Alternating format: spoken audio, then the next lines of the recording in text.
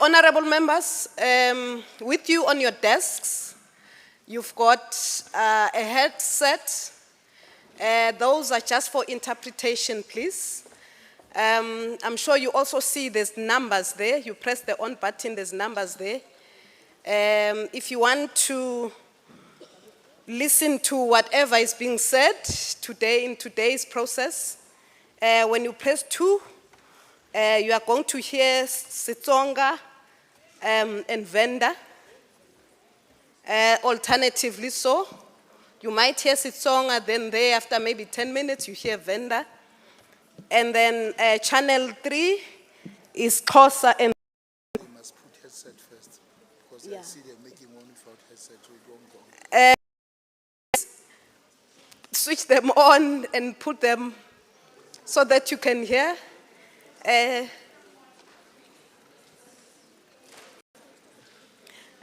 Channel 3 is Xhosa and Zulu. Channel 4 it's Afrikaans. 5 is Sesotho and Setswana. Okay, interchangeably. Now, when we are done today, please make sure you do not take them along, because you'll be wasting your time. Those things will not work. The minute you walk out of that door, it's very useless. So please, when we are done, we need all of those things back. They are merely for interpretation so that you can be able to hear the language of your interest. Are we together there? So the minute we start, you will hear something. Thank you very much.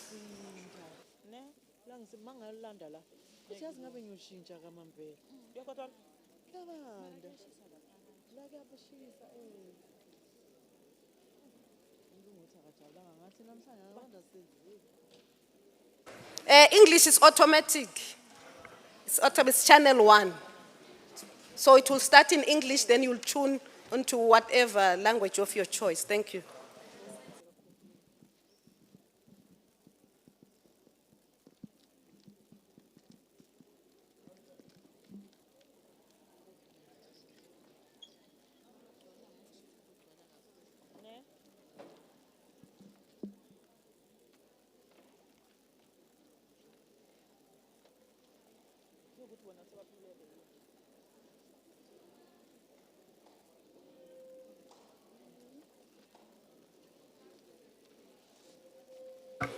Sign language will be coming through. We've got practitioners, so relax.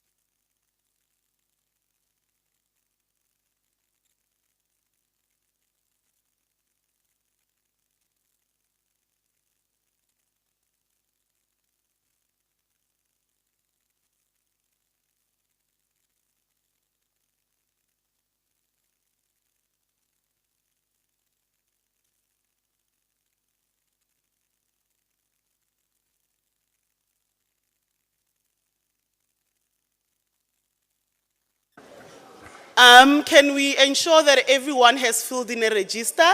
If you have not, just raise your hand and we'll bring a register to you. Okay, thank you.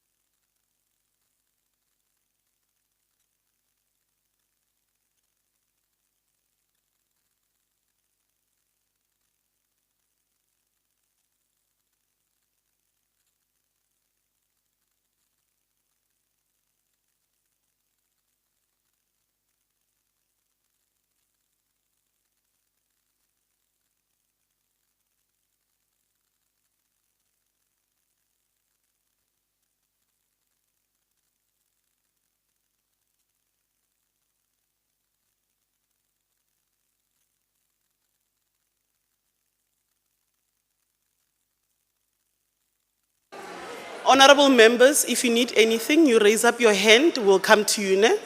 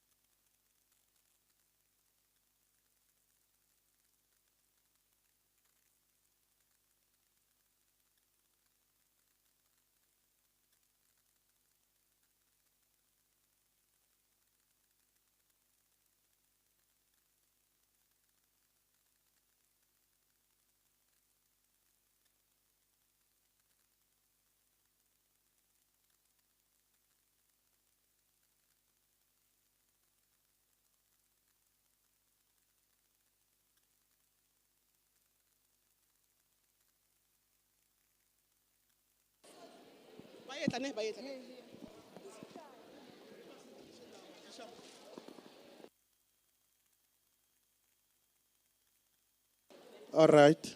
Okay. All right. Let's settle down. Let's settle down.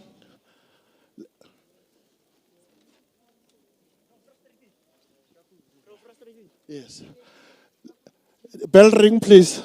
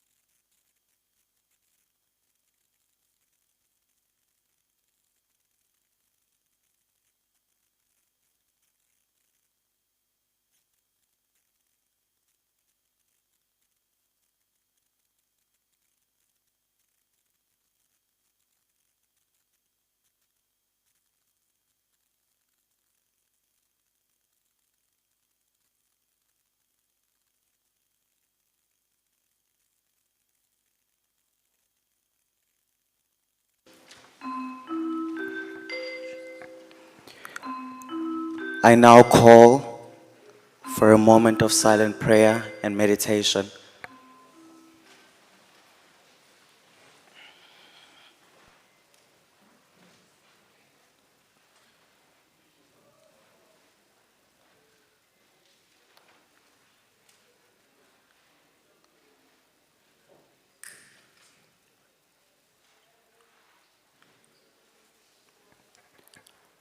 Honorable members, I thank you. I now call for the House to sing the national anthem.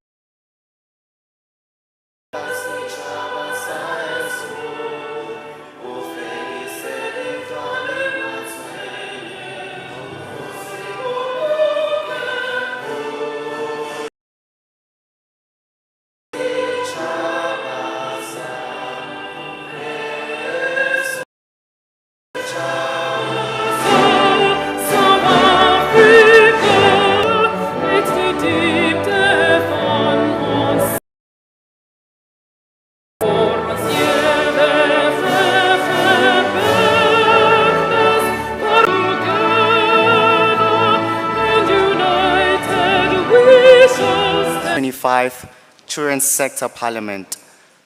Before you,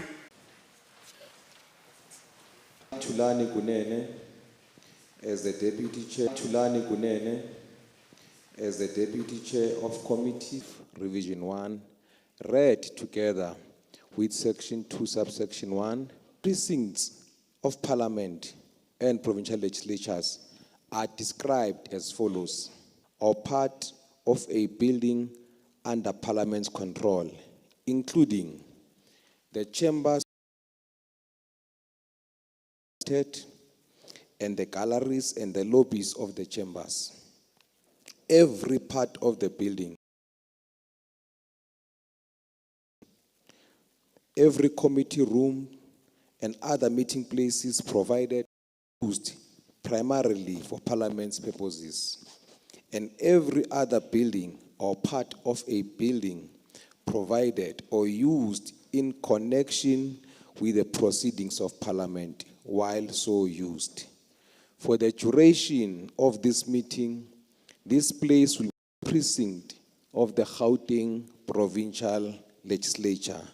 Thus, the standing rules of the legislature will apply and govern all engagements of the day.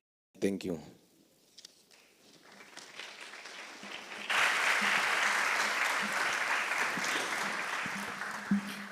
Thank you so much, Honorable Tulani Gunene, for the declaration of the precinct. I would like to take this opportunity to welcome the Councillor M. Mudigeng and ask him to give the welcome address to the House.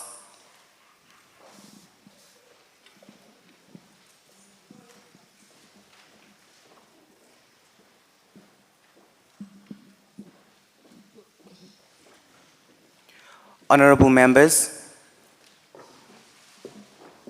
it's Zaza Raikane. My apologies. Thank you very much, Speaker, for correcting my name. I'm Zaza Raikane, the councillor in Sedibeng municipality. I'm here standing on behalf of the Speaker, Councillor Mudigeng. Good morning, honorable guests, respected facilitators, esteemed members of the Children Parliament, our vibrant and inspiring children. It gives me immense another meeting. It's a powerful reminder that children are not only leaders of tomorrow, but also we are here to listen, to learn, and to empower child to express their ideas, their dreams,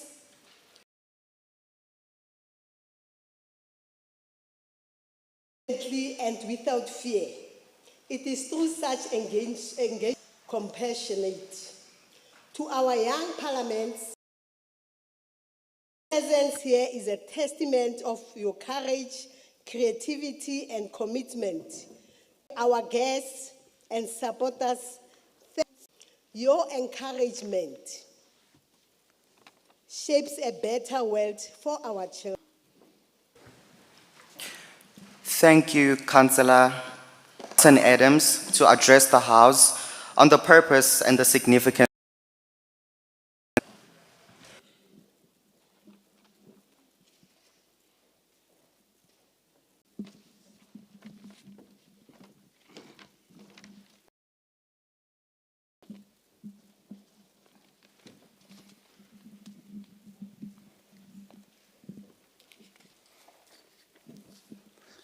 Good morning, everybody. Honorable Speaker, let me greet you, honorable members of the... Indeed an honor to address you this morning. Let me recognize Honorable MEC Faith Mazibuko. Let me also say a special welcome to my granddaughter who's taking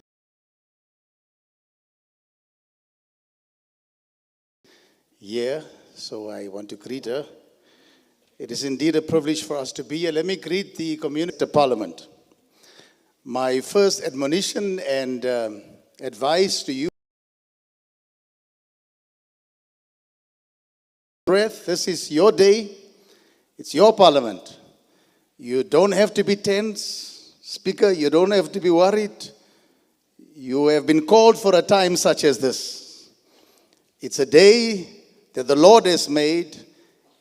He has chosen you out of many, many, many thousands of children to be part of this children's parliament.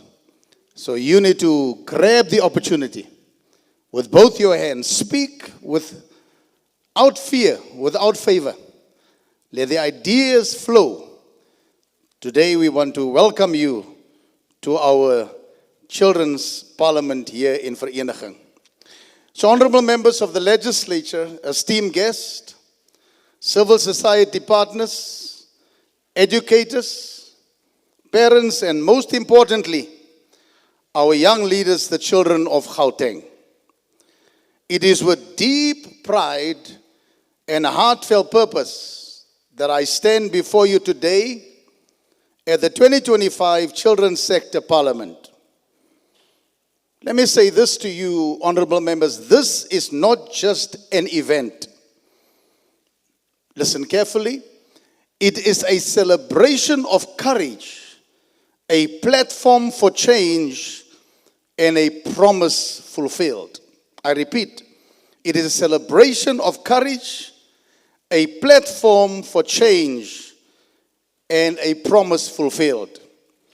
Yesterday, we honored our former founding president, Nelson Rolihlahla Mandela, a day that reminds us of Madiba's enduring belief in the power of children to shape society. The power of children to shape society. Legislature recognizes that. Today we gather to continue that legacy, not with speeches alone, but with action, inclusion, and transformation. The purpose of the Children's Parliament is in essence a space where your young voices are not only heard, they are amplified. It is a forum where children are not passive recipients of decisions, Honorable Speaker, but active participants in democracy. This year's debate focused on areas like, and MEC Mazibuko will speak on this, and other issues, children's mental health, responsible sexuality education, and schools of specialization. This could not be more timely or more urgent. These are not just policy topics. They are lifelines for our children and their children's development and dignity. Mental health is the foundation of a child's ability to learn and grow and thrive. It is our duty to create environments where children feel safe, supported, and seen. At this juncture of my purpose of being killed by their own parents. Children in the news today. So responsible sexuality education empowers children knowledge, respect, and confidence to make informed decisions about their body. In schools of specialization, the other topic, open doors to talent, innovation, and purpose, ensuring that every background has a pathway to excellence. We want you in the Children's Parliament to be advocates. We want you to be strong propagators.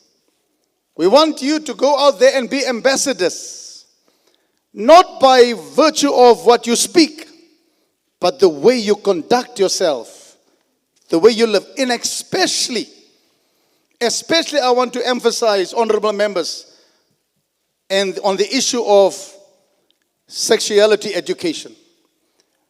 Our young, we have seen the pregnancies in our schools is an alarming statistic. We cannot continue to allow that to happen. You, educators, to speak to your peers. So as the Gauteng legislature, we are committed to advance responsive and child-centered governance. And today, we look forward with great and debates that will emerge from our young parliamentarians. Their voices will guide us, challenge us, and inspire us to do better for. We aim to empower our children to engage in civic life. We will educate them and also be educated by them about theirs, our rights, and responsibilities. Through this session, we encourage leadership, dialogue, and accountability, as well as connect policymakers and other important stakeholders with the lived realities of children. Here, every child is a parliamentarian. Every voice matters. Every idea has the power to shape policy. So as the Gauteng Provincial Legislature, our commitment to children is unwavering. We recognize that children are not just the future, they are the present. Make no mistake, honorable members, the Parliament is not a once-off event. It is part of a broader strategy of embedded children's participation in the heart of our democracy. Your role is vital. You are advocates for change in your schools, communities, and homes. You are innovators, bringing fresh ideas to old problems. Indeed, my dear children, you are guardians of justice, reminding us of our moral duty. You are builders of a better tomorrow, laying the foundation for a more inclusive society.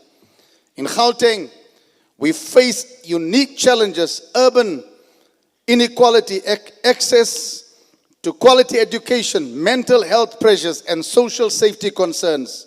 The Children's Parliament is a strategic response to these realities. As I draw to a close, this platform provides a safe space for children to express concerns and propose solutions. It is a direct link between children and policymakers as a model of participatory democracy that can be replicated across the sectors. This platform is by no means symbolic. It is substantive.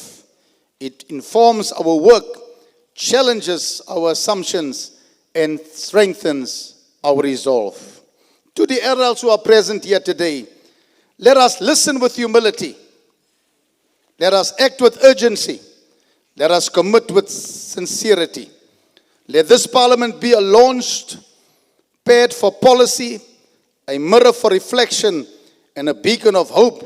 Let it not be another talk show, rather let it be defined by progressive, measurable resolutions aimed at improving the quality of life of our children. With these words, allow me to close with a few words titled Children of Light. And as I exit this podium, you leave with this theme, Children of Light. They rise like dawn from darkest night, with eyes that sparkle, hearts so bright, unshaken by the winds of fear.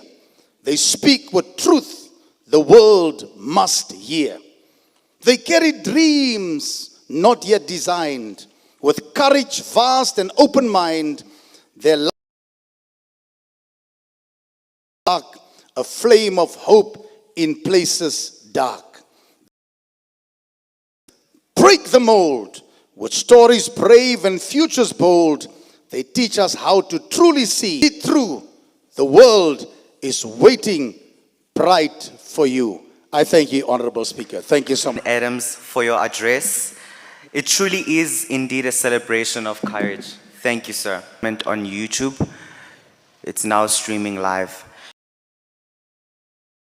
Representative of the Independent Electoral Commission, Mr. Joseph Litwa.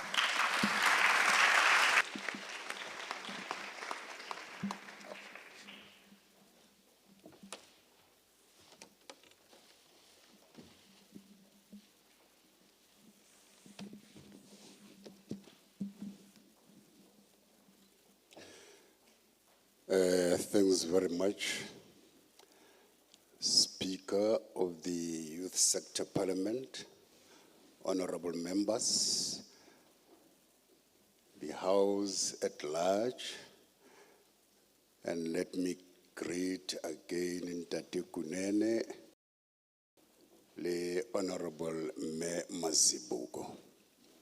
I'm Joseph Letoba from the Independent Electoral Commission of South Africa.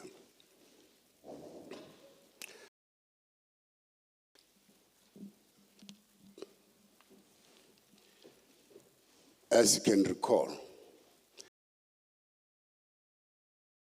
9 institutions in terms of the Constitution of the Republic.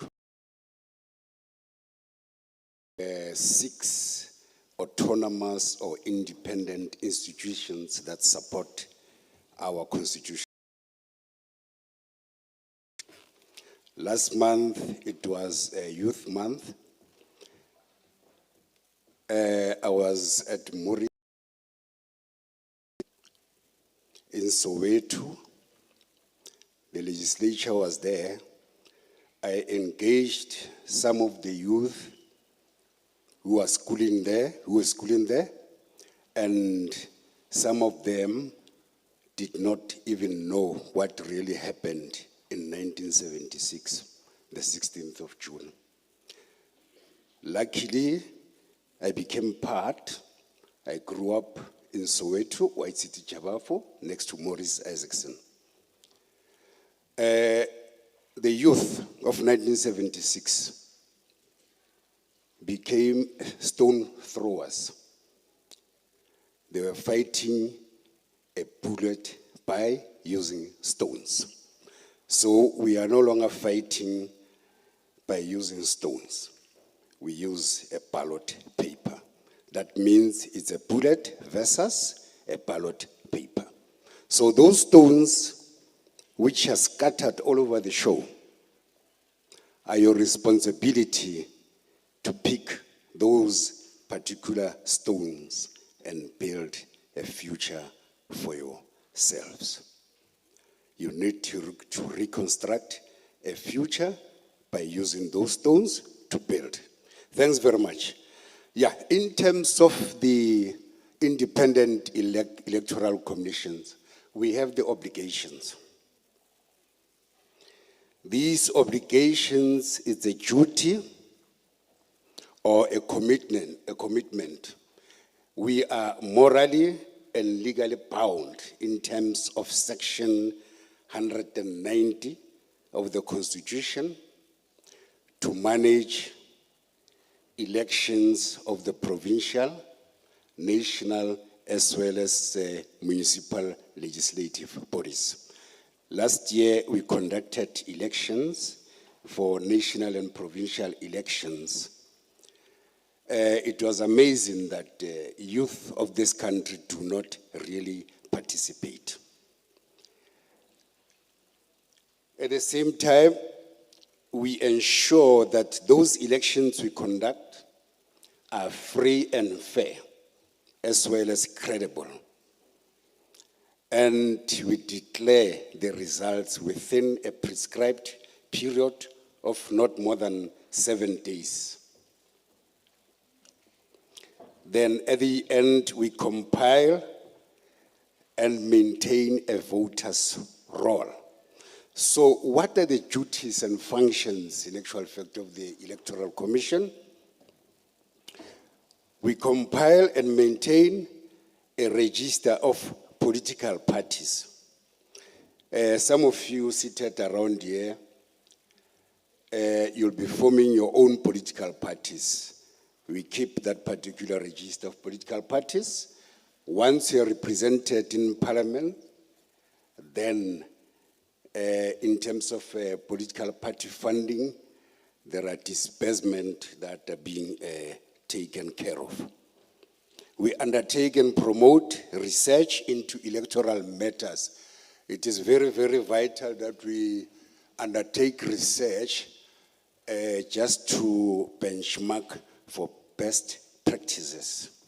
Based on the research that has been conducted by the Human Sciences Research Council in the whole world, we ranked second in terms of conducting the elections in the whole world. A round of applause, ladies and gentlemen.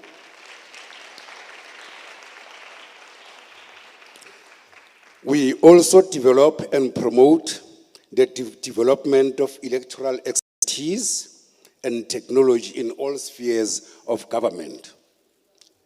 The levels of government, as you may remember, we have the national, provincial, as well as local government. So, at the same time, we continuously review electoral laws and propose electoral laws and make recommendations. For the adults who have voted last year, there were amendments regarding the section 24, capital letter A. A voter was requested to apply beforehand if he or she was going to vote at a different ward in which he or she is registered. In the previous elections, that particular arrangement was never catered for. Now you need to apply for section 24, capital letter A. Moving on to the local government elections, there's an MEC 7 form which was completed. Right now, we no longer use those particular forms. We use the voter management device. That's where the voters' details are going to be voter education. It is critical. I'm an outreach person. We normally visit schools, and some of you, it's not for the first time you see this face. We visited Bontate Kunene during the school readiness, the beginning of the year. Allow me to quote Malcolm X, who was assassinated in 1965 in Colombia. It was in February. It's almost 60 years this year. He once said, education is the passport to the future, for tomorrow belongs to those who prepare for it today. It is very much critical. As we all know, those who have done pedagogy or education, children learn in more ways than us, knowing how to teach them. In your case, you have the social medias. That's where you learn too many things. Yeah, we appoint appropriate public administrations in any sphere of government to conduct elections when necessary. We also have the by-elections. For this particular municipality at Mfuleni, we have in the by-elections for Ward 35, which will be conducted on Wednesday, the 23rd July 2025. Yeah, the critical question is, why do you have to vote? Why do you have to participate? There are myriad of reasons why people participate in elections. We vote for a government so that you can have representatives in parliament, so that you can have representatives in the provincial legislature, so that you can have representatives in the council at local level. There are myriad of reasons, so don't miss out the opportunity to vote, please. Don't miss out that opportunity, because that is the decision that you'll be making for yourselves. If you don't vote, you're missing out on the very, very most important opportunity, because someone else will take that opportunity to decide for you. So please, let's vote. One of the principles of democracy is that you can elect a government. If you so wish to remove that government, then the owners is in your hands to do likewise, to remove the government if it doesn't do the things that you purport that government to do for you. Yeah. For one to vote, there are responsibilities that we need to take. We need to register. How to register to vote? We have IEC offices here at Mfuleni, number 18 Leslie Street here in Vereeniging. We have an office at Mafatsane. We have an office Komidval, Meatin. We have an office Kolesedi Municipality. The offices for IEC are located in those municipal buildings. Once we have applied for your smart card, please just take an opportunity to visit our offices and register. We are heading for the local government elections. Next year in 2026, all the voting stations will be opened. Registration stations, please bring your smart card, queue and register. If you are lazy, because I know some of you are lazy to queue, you can simply go online, register to vote at elections.org.za, and there are QR codes. I have some pamphlets, I'm just going to distribute them. If I can simply turn around, there's a QR code here. You can simply scan me if you have a smartphone, and it will prompt you what to do. At the end, you simply have to take an image of your front part of your smart card. Then you upload it, then you are a lifetime participate. We are getting old. My first time ID document was a Dompas, brown one. I still have it, with a black and white picture. So please, for the future of this country, become active citizens and vote. It's for your future. How can one define history? What is history? The simple definition of history is we need to regard history as an office of the past to judge the present for the benefit of the future. Thanks, ladies and gentlemen, honorable members. I hope you'll participate. Thank you.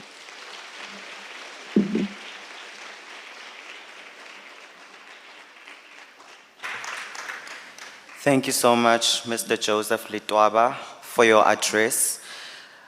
The future truly belongs to those who prepare for it today. Thank you so much, sir. I would like to welcome the MEC of the Department of Social Development, Honorable Faith Mazibuko, and request her to address the House.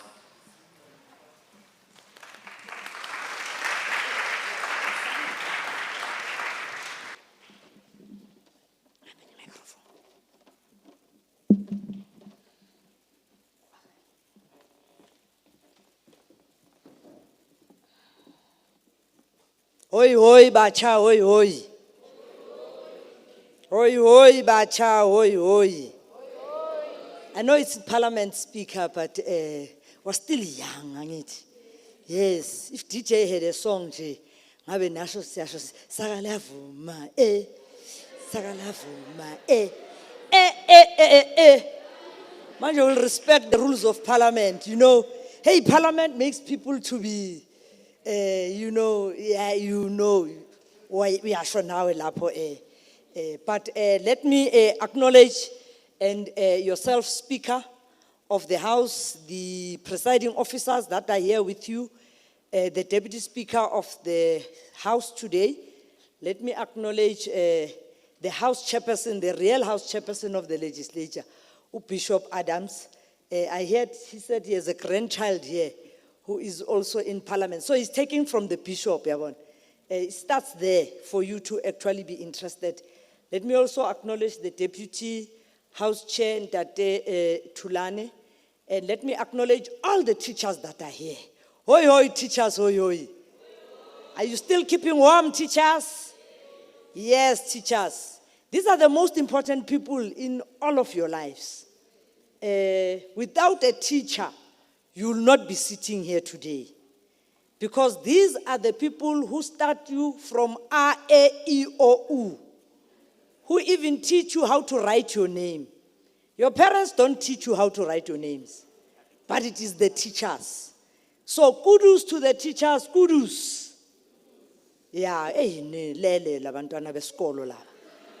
let me also acknowledge all the parents that have joined us. It's good that you take interest in what your young people are doing. And always know where they are. You know, there are some parents who last seen their children in January. They've not seen them due to work commitments. But to appreciate all the parents that are here today, because if it was not for you, these children will not have this moral support. Chairperson, Speaker of the Legislature,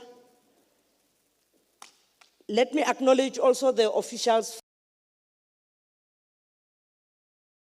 I'm grateful to be standing here today addressing today's children's parliament.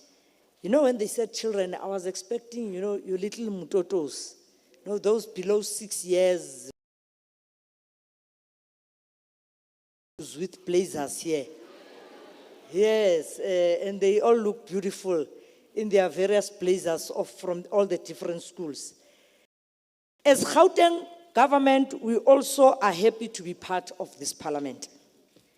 This is the day we affirm, we notice, and we say children matters do matter a lot. They are not only to be seen, but they must also be heard. The past month of June, we were celebrating the Youth Month. And we all know who was the first victim of 1976. It was a 13-year-old boy called Hector Peterson. That young boy died so that today's education will be a people's education. He was marching with others saying, away with Africans, forward with people's education. Maybe you don't know, most of you. You must ask your parents and your teachers, when they were growing up, which language did they use when they were at school? They were only taught in Afrikaans. Imagine being taught maths in Afrikaans when you speak isiZulu like me. Do you think you'll understand that maths? No. We were made to read Bob Benny and Betty. Do you still know that book, parents and teachers? Hey man. And we used to recite recitations like Jack and Jill went up the hill. You may not know these rhymes. Till now we do them. Abo meskite ya. Va. Exaljo. So when at home you are sitting, you must ask your parents, please share with us. We used to call them recitation. They were not rhymes like you are calling them today. They will share with you, although we will say it was interesting to learn in those times, but it was very difficult because you'll be forced to learn in the language that you don't understand. And as young girls, majority of girl children were not allowed to go to school. They will say it's because you'll get married and go move to another family. It was only boys that were allowed to go to school. So Hector Peterson and the others fought for this education so that all of you today are able to sit here and enjoy going to school. Even government has said education must be a priority in ensuring that young people go to school. We want the society not only to support children, but to note that children have many challenges. Today's children, Honorable Speaker, they face challenges like gangsterism. They face challenges of drug abuse. They face challenges of bullying at schools. And as children, you are entitled to live and succeed in life. And you must break away from the poverty trap that some of you might find yourselves in. You are entitled to good education. You are entitled to a consistent relationship with your primary caregivers, such as parents. Those that don't have parents who are orphans, we have what is known as the caregivers. So you are entitled to also have a caregiver, a person who will take care of you. As children, you can't be staying alone and it is child-headed households. It can't be a child-headed household when there are adults or elders within that family that must also help take care of you. All communities should not look away when children are abused. You are entitled to have a birth certificate. Without a birth certificate, your future is gloom because you can't register even for a child support grant. Your parents can't register you for child support grant. That child support grant is meant to help you to have school uniform and also to have food at home. Do not go to school on an empty stomach. You are entitled to be fed and be taken care of. Don't allow anyone to abuse you, whether sexual molestation or being insulted or somebody touching you on private parts where you are not supposed to be touched. As young girls, don't allow anyone to touch your breasts. As young boys, do not allow anyone to touch your private parts. That person, you must report them. As young people, please stay away from drugs. You must live a drug-free life. Don't even smoke, because it starts by smoking. Don't even drink these cough mixtures that we see all over in your schools, and you mix them with cold drink. Yeah, that's what you do, Honorable Speaker. They mix the lean cough mixture with cold drink and they drink.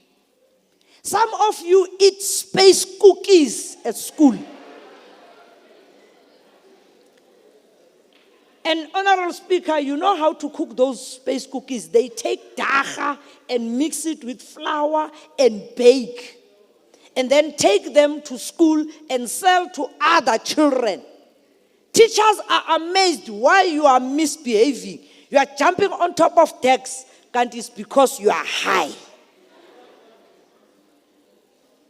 Eating those space cookies is tantamount to taking drugs. Because you start there, then the next thing you say, no, I want something harder, you start drinking alcohol. Get out of Shebins.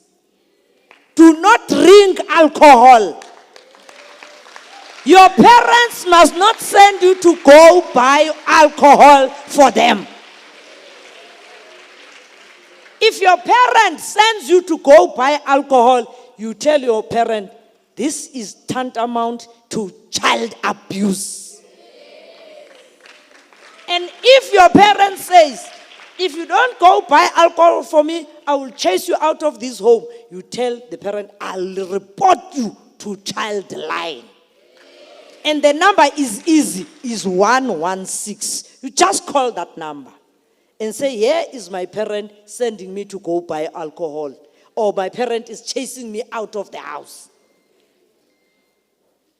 You must be addicted to life. And say, no, Kimoja, I am fine without drugs. As young people, you are not supposed to be standing on a piece of paper and say, go and fundraise there at the corner. You must tell the teacher, MEC Mazibuko said, that is against the law. Maybe they don't remember that. by a car while standing there at the robots begging. And where will be the teacher? He'll be sitting somewhere and not know. Stay away from the robots with those small anyana papers running in between the cars. We'll call police on you. And they are here, they are listening. Those of you who take a makreti no kitela pema robotin, you are not supposed to be doing that. That's against the laws of the country because they say no child should be begging. No child should be on the streets or sleep on the streets or do anything because that is tantamount to child labor. Teachers are listening. We as the provincial government, we have a hashtag that says we believe no child should live or beg on the street. We say hashtag, let's work together to restore dignity, safety, and hope for all the children. We say hashtag, protect our children. This parliament, Honorable Speaker, should give us solutions for the future. We also would like to thank teachers and all the ambassadors for partnering with us as government in mentoring these young people. We wish you well in your discussions, and we hope the legislature will share with us the resolutions of this parliament. Thank you, Nyabo.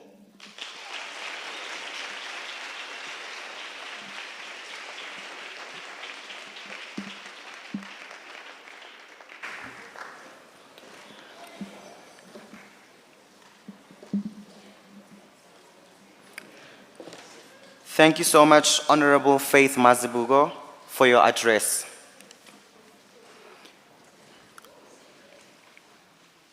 Honorable members, may we please minimize the up and downs as well as the mumbling.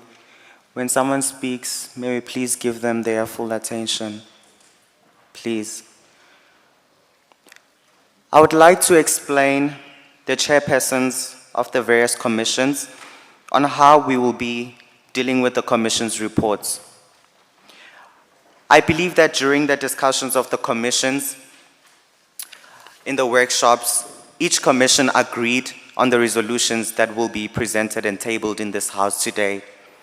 I will ask the person designated to present the resolutions of the commission and hand over the resolutions to the service officers after the debate, who will then hand them to the table staff seated in front of me.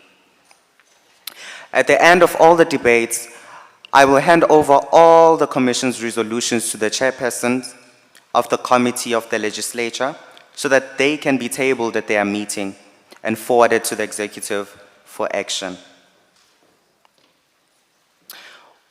Will the Secretary please read the first order? Good day, honorable members. I am Honorable Kutlano Sinare, and I'm representing Musupatela Secondary School, Kokagiso. And I will debate on the effect of mental health on the children. Thank you, Honorable Sinare. I now call on Honorable Bokamoso Mutsiri, the chairpersons of the commission,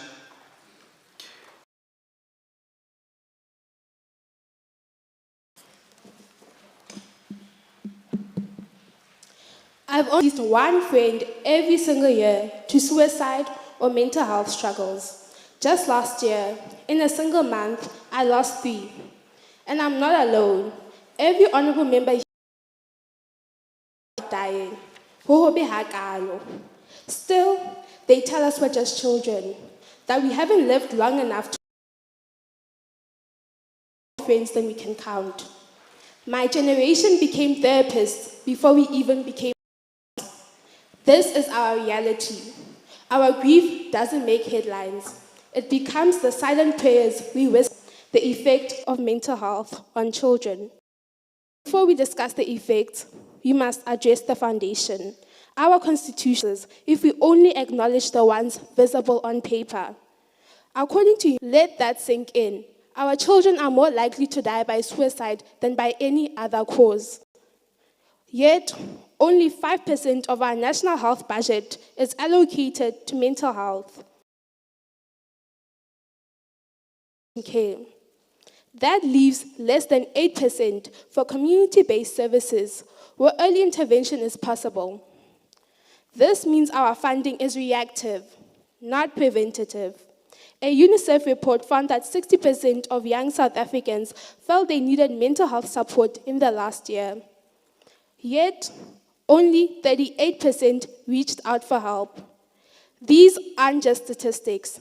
They are the daily reality of children who believe their pain isn't real because it is not visible. According to the World Health Organization, mental health is a state where individuals realize their abilities, cope with stress, work productively, and contribute to their communities. Mental illness disrupts this and includes depression, anxiety, trauma disorders, and neurodevelopmental conditions like ADHD and autism. In South Africa, 1 in 5 children suffer from a diagnosable mental illness. But because of poverty, stigma, and poor access, only 10% receive help. In rural areas and townships, the gap is even wider. We have fewer than 1 child psychiatrist per 400,000 children. The global recommendation is 1 per 30,000. This is not just a healthcare gap. This is a human rights violation. Mental health is a global issue, but other countries have responded. Canada and Finland have invested in school-based counseling, emotional literacy programs, and routine mental screening. But in South Africa, we have no mental health policy for schools, life orientation, the subject meant to teach emotional well-being, is often skipped, underfunded, or poorly taught. The roots of mental illness are not only social, but biological. According to SAG, children exposed to trauma are 4 times Honorable Mutsiri, you may conclude. Historically, mental illness was seen as spiritual failure. Children were told to pray faster, confess, or just fast. Today, some churches shame therapy while offering prayer as the only solution. But faith without access is not care. We, as the Commission on Mental Health, will be discussing the challenges and the effects of mental health, as well as government intervention and our committee recommendations in line with the topic, the effect of mental health on children. Ka Sesotho ho thwe, setjhaba se entsweng ka bana ba fokolang, ha se no ba setjhaba se nang le matla. So when we say, we, the people of South Africa, recognize the injustice of the past, let us extend that recognition to the pain that cannot be seen. Because how can we protect the future if we neglect their mental health? Thank you. I will be now handing over to our first speaker, Honorable James. Thank you.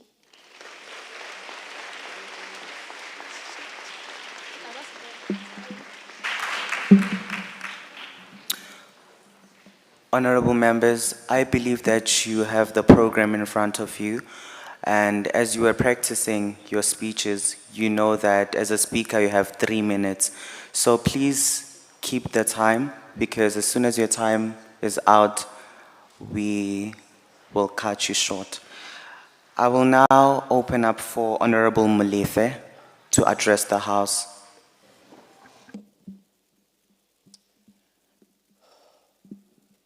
Thank you, Speaker. Good morning to all honorable members. I am Honorable Molefe, and today I'll be presenting for my commission 3 concise points which I feel have been undermined as root causes for mental health disorders for children. My first point will be generational trauma, my second will be substance abuse, and my lastly will be religious guilt or cultural suppression. On the first matter, it is explained as trauma which is passed through generations. Let me admit an example. You can have a long-term member of a family that has come from the past, traumatic disorders, which has been mechanized through learned behaviors, epigenetic changes, and lastly, altered brain chemistry, which is passed on to the child. Therefore, suppress the emotional strain. This from their adult parentage or grandparents, which helps them mechanize, been explained to individually amplify emotional suppression and mental disorder, which has been mainly outlined in children, which has been promoted due to mental health disorders being mostly presumption in peer pressure or acknowledgement through their peers. Mainly this substance creates subjugation to this peer emotional stresses, emotional suppression, and mental disorder. And analyzed by the World Health Organization that they have been caused by this. And this is, and also, and this statistics is stated that peers have been understood to adolescent individuals into exchanging substances which initialize them into gaining excessive drug consumption. Also, on my last point, religious guilt and cultural suppression. It's explained as two concepts which have been idealized as two main concepts that lead to the same subjugation. Religious guilt is recognized as the understanding of the guilt you feel towards religious beliefs as you feel you have subjugated yourself to rather negatify your experiences to religious factors.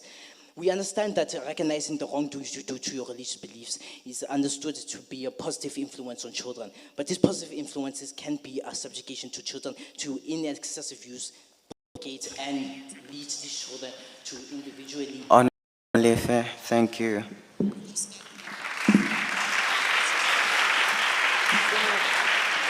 I'd like to pass on the mic to Honorable Dylan James. Honorable Molefe, I will do that.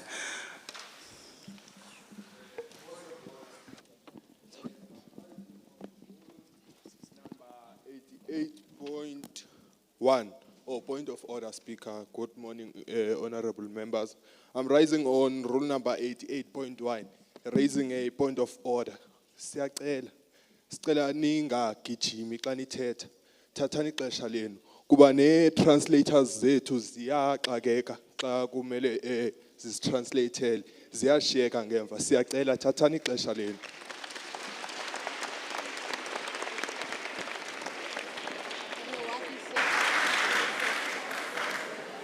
Honorable Member, your point of order is noted. I hope that you, honorable members, have heard. Can we try to do better? Honorable James, you may address the House.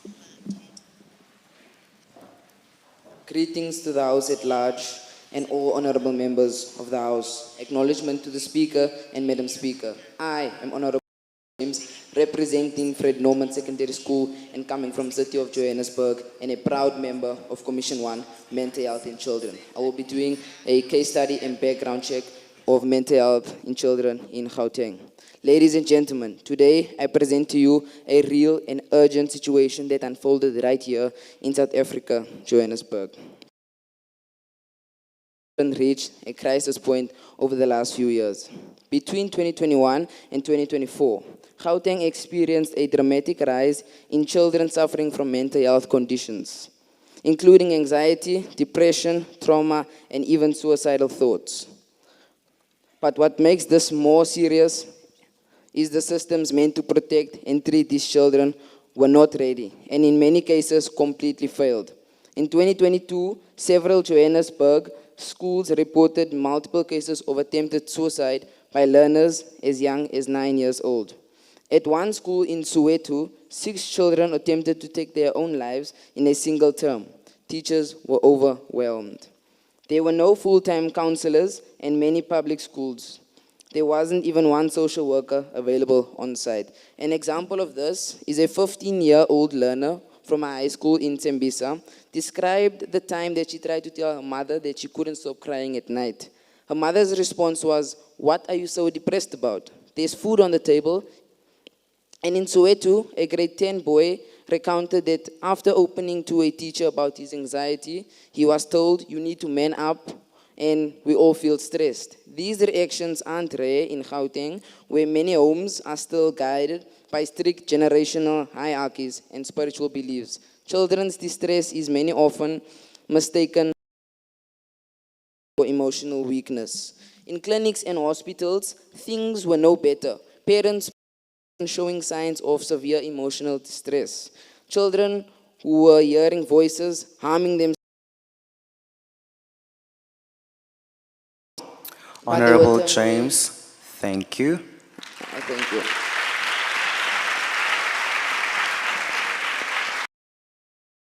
Honorable Sikweni, you may address the House.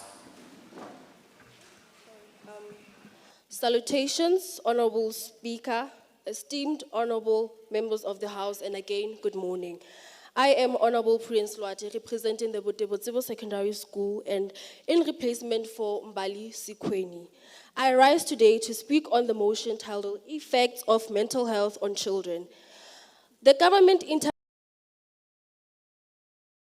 a new idea, but today we ask, is it effective? On paper, South Africa seems prepared. We have the National Mental Health Policy Framework, Section 28, underfunded and poorly enforced. Here's the Standalone Mental Health Act, focused on the children, their bodies, but ignores their minds. We have free counseling services, no trauma debriefing. Rights without resources are just empty promises. Depression and anxiety group, 1 in 10 children have diagnosable mental illness, yet 75% receive no professional help. Why? Because the government doesn't prioritize. 5% of the national health budget goes to mental health, and children barely benefit from that small share. The situation worsened during COVID-19. In provinces like Gauteng reported a rise in trauma and anxiety. The government was missing in action. NGOs, schools, social workers, and churches stepped up, but their resources are limited, and they are burning out. Even the South African Social Security Agency, which provides financial relief, cannot buy mental health, therapy, emotion. So what does this prove? The government intervention in its current form is ineffective, inadequate, and unjust. The absence of a child-focused mental health act is not just a legal gap, it's a moral failure. Honorable Speaker, the mental health is not a privilege. It is a constitutional right, and until the government treats it as such with legislation, funding, and agency, South Africa's children will continue to suffer in silence. I thank you.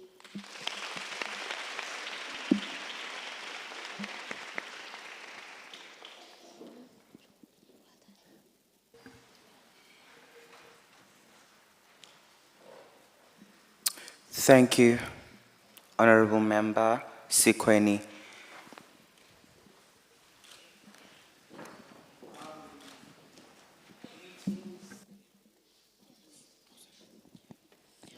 Greetings to the House at large. I am Honorable Mthokozisi Mochobi, and I stand on Rule 77.5. So, while COVID-19 undoubtedly presented challenges, it's essential to acknowledge the resilience and adaptability of young children. Many young people leveraged technology to stay connected, learned new skills, and maintained social relationships, potentially migrating some negative mental health impacts. Excuse me, So Honorable my question Member. to you, Honorable. It's a question. Okay. So my question to you, Honorable Chair, is what specific factors during the COVID-19 pandemic do you believe had a direct causal link to the alleged mental health impact on children? Thank you.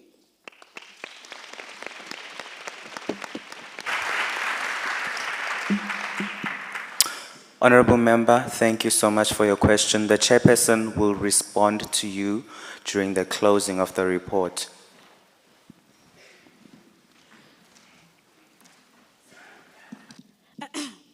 Good day, honorable members and the audience. Standing before you is Honorable Member Paddy Oratile, and I rise on Rule 77.5.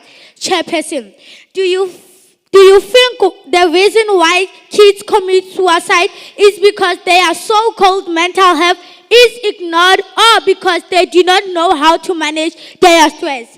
Because I think the House will agree with me when I say in the past we have produced doctors, engineers, and even politicians who were in good mental health, and there were no enough funds allocated, but they did know how to manage their tips, their stress, and they did have the tips, and they did have the ability to manage their stress and also pass academically. So, Chairperson, please address and give me clarity.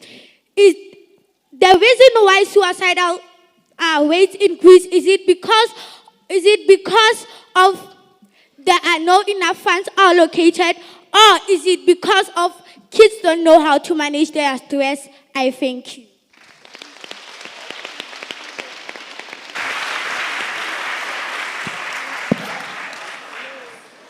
Thank you, Honorable Member. The Chairperson will respond to your question during the closing of the report.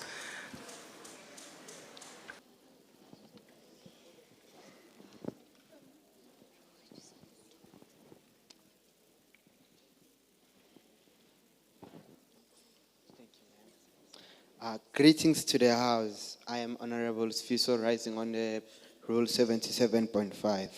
I have two questions. What are some practical steps people can take to support their own mental well-being or the well-being of others based on the information shared? And the second one is, what role does self-compassion plays in maintaining good mental health? Thank you.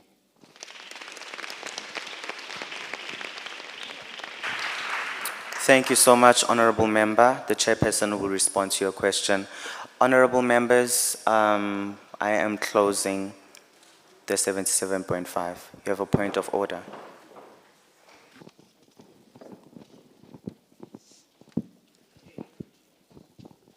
Salutations to the House at large. I'm Honorable Travano Abrams. I rise on Rule 88.1 on a point of order.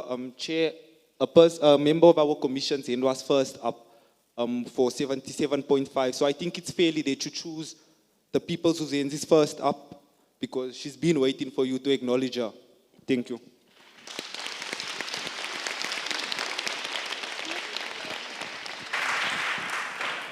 Honorable Member Abrams, your request is noted. Thank you. Honorable Sidat, you may address the House. Good day, members of the House and esteemed guests. I am Honorable Sidat, representing Springvale Primary, and I rise to speak on the constitutional and legislative recommendation for children's mental health rights. While our Constitution guarantees every child the right to basic health care, including mental and emotional well-being, this right is not yet fully protected by law. This right, emotional suffering continues to be treated. Honorable Member Sidat, there's a point of order. You may sit down. Thank you, Speaker. I'm rising on Rule number 88.1, read together with Rule number 89.2. Thank you for sitting down. Speaker, please, the phones. My honorable member here is busy with his phone while the Speaker is talking. Please let us respect the House. This is our House. Please take off the phones, guys.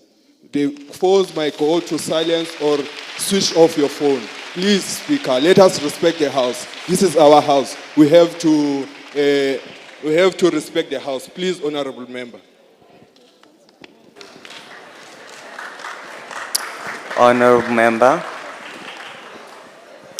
Honorable member, this is my house. And I hope you guys heard the point of order. Please switch off your phones, honorable members. Thank you. Honorable member seated, you may continue. Noted. As I was saying, Emotional suffering continues to be treated as a personal issue instead of the systematic crisis it really is. The Children's Committee believes this must change. We propose the introduction of a National Children's Mental Health Rights Bill, a law that recognizes children's mental health as a legal right. This bill should include mandatory psychological screening in schools, at least one per district, a ban on punitive action against emotional struggling learners, and annual reports from key departments on child mental health progress. It's time we move from intention to legislation. Next, we recommend changes to educational law to make psychological safety and trauma-informed practices a requirement in all schools. Emotional distress must be identified early, not only when it turns into misbehavior. Schools should be places of healing, not punishment. Our third recommendation is to make mental health training compulsory for all teachers. Every educator should be equipped to recognize emotional distress and respond with care. We also call for an expanded definition of abuse in our child protection law. Emotional abuse and psychological neglect are just as damaging as physical harm and should be recognized as such. This includes the invisible trauma many children carry silently: shame, ridicule, emotional silencing. Just because you can't see it does not mean it's not painful. Local government must also do its part. We propose municipal mental health outreach programs, community-based workshops, parenting groups, and wellness hubs that create safe spaces for both children and caregivers. Healing cannot only happen in clinics, it must reach homes and neighborhoods too. Finally, none of this is possible without money. We propose that 10% of the children's mental health budget be ring-fenced for children to fund school-based psychologists, develop materials in all languages, and ensure rural access. Honorable Sidat, thank you. Thank you.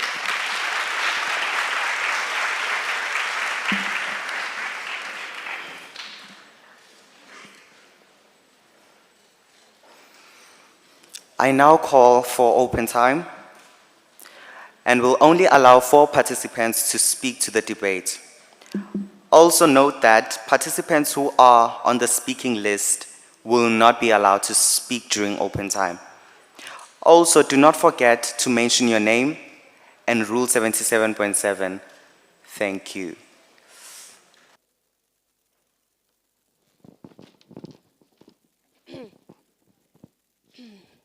I rise upon Rule 77.7. Good day, Your Excellence, honorable members, and the House at large. My name is Lukhanya Matozoma, representing Gibson Pillay Learning Academy. And I would like to speak on 3 points that are the effect of mental health on children. Poor academic performance. Mental illness can lead to trouble concentrating and completing tasks, some as bad as losing interest in school completely. Delayed development. Mental health issues can affect speech, motor, or emotional development. Might struggle with age-appropriate tasks. And lastly, long-term impact. If untreated, mental health issues in childhood can lead to chronic conditions in her.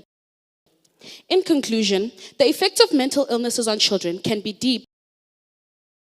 Every part of their lives, from how they learn and socialize to how they see themselves and the world around it. So let us all work together to build an environment that is safe for children and that we make in a brighter, healthier future for all of us. I thank you.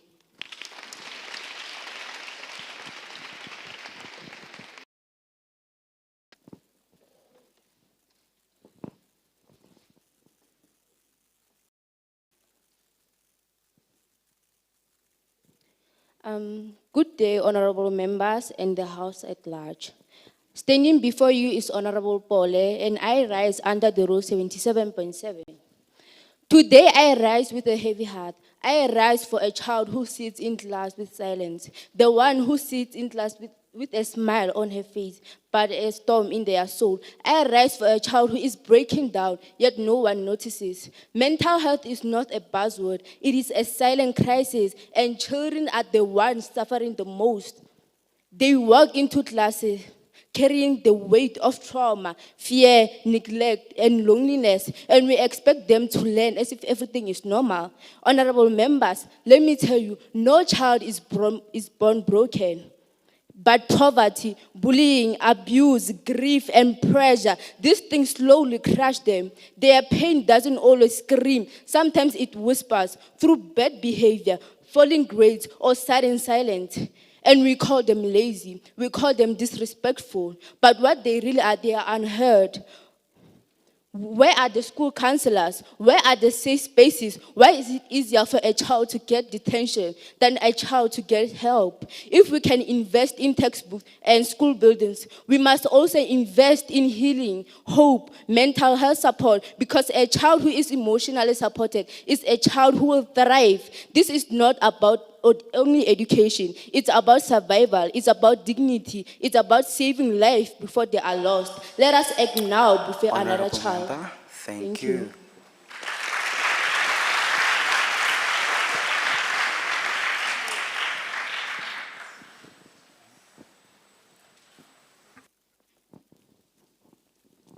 Greetings to the House.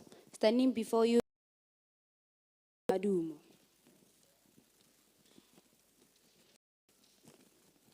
I'd like to address something many people ignore, but many children silently suffer from, which is mental health. Mental health is how your mind feels things and how it handles problems. One of the causes of mental health might include comparison, whereby a child is being compared to. Comparison makes a child to do things under pressure. They do things to satisfy the others and not themselves. According to Mindu and Bingo about 2023, many children have access to mobile devices but lack access to mental health care. And in South Africa, there's potential in increased access to mental health care services through digital platforms. This can lead to self-harm. If these issues are not addressed, this can lead to self-harm and lack confidence. So today I ask humbly that we must start asking and stop judging people without knowing their stories, because a silent child isn't always a happy one.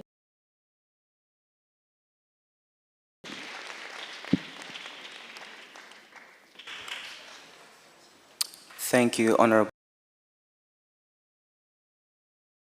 Because I'm going to be picking according to how you guys are sitting. Remember, during our briefing, we were told with open time, if you are not picked, another chance will be given. So please, picking you. Your time will come.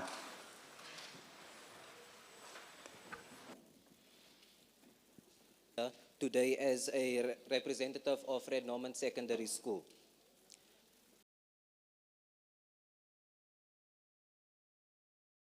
Of lives in children with mental health issues. So strong supports can help children feel understood, valued, and empowered. To manage their mental health, to manage their mental health issues. This includes family members, teachers, mental health professionals, and peers who can provide emotional support. Support structures plays a vital role in lives of children with mental health problems. And when children know what to expect and whom to turn, builds trust and supports them emotionally. Because without support structures, they may feel overwhelmed or lost. But with it, they are more likely to thrive, build resilience, and lead and be more. Is a necessity for their well-being, and I thank you. The open time and move for the adoption of the Commission's report. Just louder. In the past, people were too busy having systems that criminalized their pain. Apartheid, patriarchy. There was no space to cry when your next breath depended on silence. Now we have language and data, but the wounds have always been there, just undocumented. What's new is that we finally allowed to feel it without punishment. The other questions that have been asked have been answered in the report in front of all the honorable members here today. I would like to just say, we are not yet adults, but we have already watched our friends die. Some quickly, others slowly. Some through suicide letters, others through substances. But sometimes suicide doesn't look like a rope, a joint that never leaves your hand. It's skipping school every day because depression has eaten your body from the inside. This isn't just a speech. This is a scream, a cry from classrooms and bedrooms, a cry from a child who has been abused, violated, silenced, to pray the pain away. UNICEF South Africa reports that only 1 in 10 children with diagnosable mental health conditions ever receive treatment. While suicide remains one of the leading causes, according to the South African Anxiety Group, 23 South suicide every single day. That is nearly 1 every single hour. Still, mental health receives less than 5% of the total health budget of trauma than preventing it. Cancer has entire wards and campaigns. Suicide has slogans, mental health Honorable has Member silence. Mutsiri, please move for the adoption of the Commission's report. Noted, Speaker.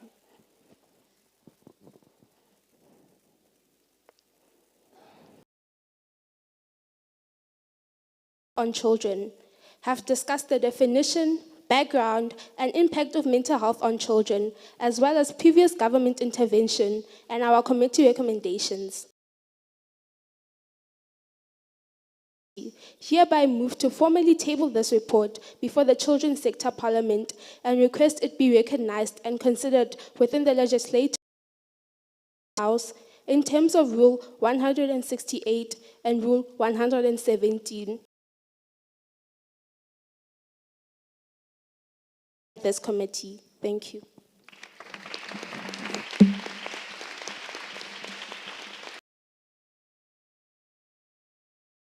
I'll call for a seconder.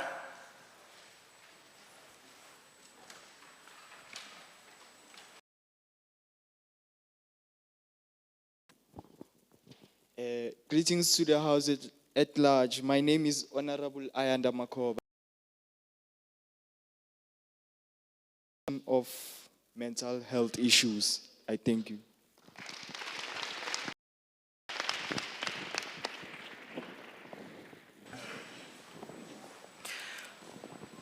I now put the question. All those in favor, say yes. All those not in favor, say no. The yes have it. The report is adopted.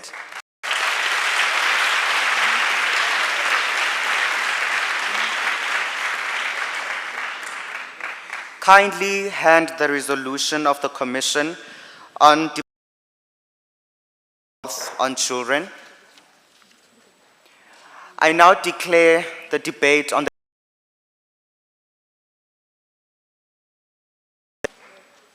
Thank you so much, honorable members. I will now hand over to my Deputy Speaker, Honorable Mota.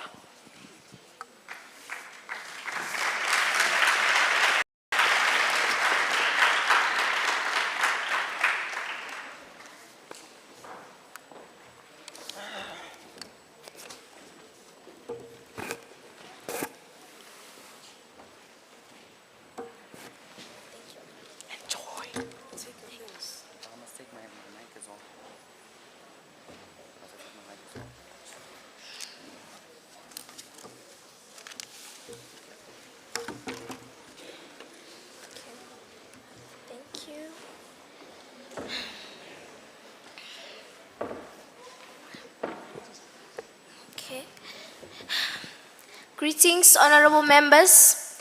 I am Honorable Mbali Precious Mortar. I am from the city of Tshwane. My school is Mahlenga Senior Secondary School. I am your predecessor, your deputy speaker. Would the secretary please read the second order? The second order is the debate on the educational subjects in primary schools, schools of specialization. Now call on Honorable Member Tato Chere, the chairperson of this commission, to present their commission's report.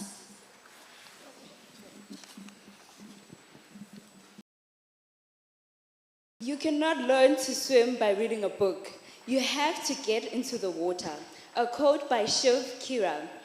What is the value of knowledge without application? Honorable members, why do we open textbooks if not to understand how our hands and minds should work together in real life? Should a surgeon stop at diagnosing a patient and never operate? Of course not. And yet, in South Africa's education system, we teach theory without enough action. We prepare learners for exams, not for life. This is why we support the integration of vocational subjects into primary school curricula, because learners must practice and not just memorize. Greetings, honorable members. I am Honorable Chere Tiato. Our topic today is the importance of vocational subjects. Technology is the power of development in many nations, economies in the 21st century. Many developed nations in the West world have viable economies and strong technological background.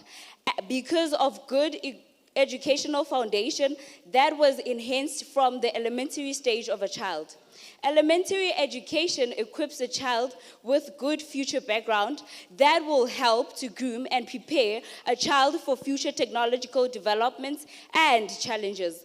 However, this approach is not always practiced in many African countries, including South Africa. Vocational education and training can be defined as the training in skills and teaching of knowledge related to a specific trade, occupation, or vocation, in which the learners wish to participate. The integration of vocational education into primary school curricula is vital for equipping learners with practical skills and fostering self-reliance. Vocational education emphasizes hands-on learning and problem-solving, preparing learners for future employment or internship. The aim of this report reflects the well-thought-out views of the Commission regarding the importance of implementing vocational education in the early ages of schooling. Vocational subjects such as carpentry, robotics, agriculture, music, and coding focuses on equipping learners with practical skills and job readiness, and would benefit curricula and assessment policy states grade 7 to, while some schools offer life skills or creative activities. These are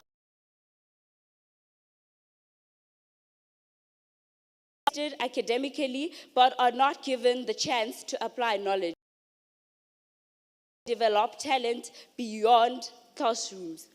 This not only line of the National Development Plan of 2020, which emphasizes the importance of early childhood development in holistic education.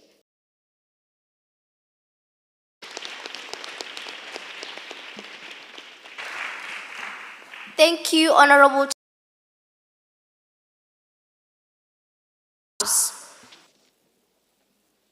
Greetings to the House at large. I am Honorable Busisiwa Mabuza.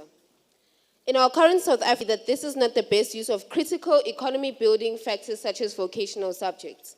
The first problem that arises as a result of a lack of primary schools of specialization is the inequality between urban and rural areas. Wealthy individuals have greater access to specialized courses and extracurricular activities outside of school. According to Chapter 2, Section 9 of the Bill of Rights, everyone is equal before the law and has the right to equal protection and benefit of the law. Equality includes the full and equal enjoyment of all rights and freedoms.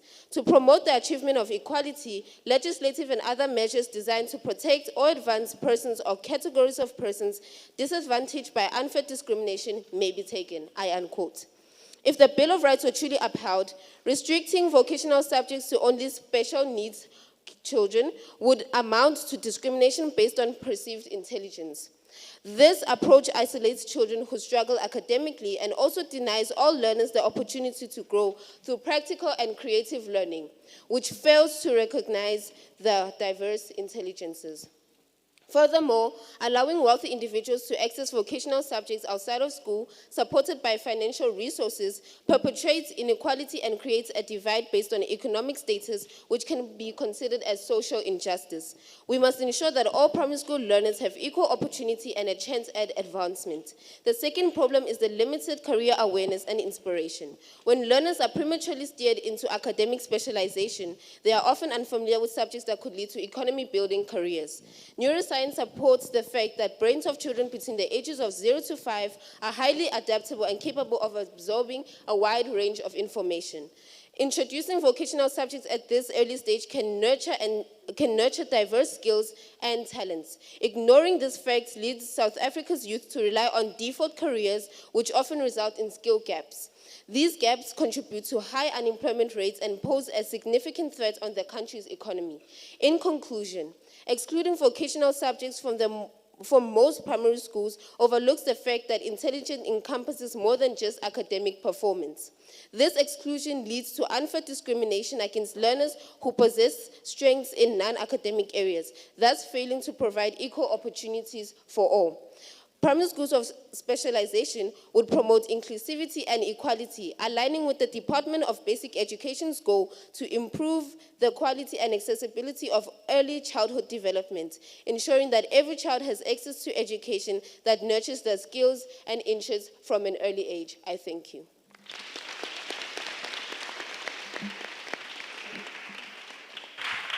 Thank you, Honorable Mabuza. Honorable Adams, you may address the House.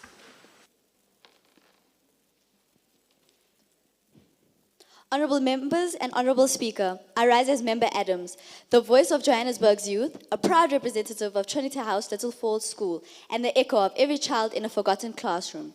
Malcolm X told us that the future belongs to those who prepare for it today. Dr. King warned us that injustice anywhere is a threat to justice everywhere. And the chair of chairs of Gauteng Legislature, Honorable Adams, has once said, God propels a prepared people into their purpose. Their words converge in the crisis before us, the yawning trench between urban privilege and rural deprivation. Some learners code robots under LED lights, while others scratch lessons with cracked desks and leaking roofs. This is not destiny, it is policy. Section 29, Section 1 states every child's right to basic education, and Section 9 declares us to smash the barriers that scar that right. Today we choose whether to remain custodians of injustice or architects of equality. I therefore propose 4 fierce instruments of change. 1, solar-powered digital hubs. Turn idle community halls into fully functioning robotic centers fueled by the same sun that shines on every village so that ESCOM's darkness is never destiny. 2, mobile maker labs. Send caravans packed with 3D printers, CNC routers, and coding rigs across gravel roads every fortnight, proving that innovation travels faster than bureaucracy. 3, teach to lead STEM bursary schemes. Pay tuition for STEM graduates who pledge 5 years in rural schools, fast-tracking them to leadership and rooting brilliance where it is rarest. 4, rapid build and upgrade corps. A provincial strike team of architects, engineers, and ICT wizards deployed in 6-month missions to raise smart classrooms via high-speed internet, renew sanitation, and train local educations before advancing to new schools. 8 rural schools a year will leapfrog straight into tomorrow. But honorable members, what we build must be matched by what we teach. Vocational learning must begin in the earliest grades when imagination is bold and potential unshaped. By introducing practical subjects like agriculture, design, and technology in primary school, we turn classrooms into launch pads of purpose. Children learn to grow, fix, and create, gaining not only skills, but confidence, independence, and a vision for their future. This is how we prepare them not just for exams, but for life. Honorable members, the young are no longer whispering, they are chanting, code the future, do not postpone it. Let us answer them, not with platitudes, but with solar panels, rolling maker labs, and CNC routers. Let geography never again dictate genius. So, in the spirit of King's justice, Malcolm's urgency. Thank you, Adams' hope, Honorable I Member. say no.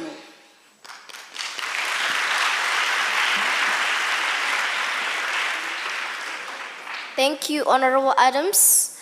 Yes, you may, sir. Greetings once more. I am Honorable Siso. I want to ask what kind of projects or research opportunities are available for students in each specializations? Thank you.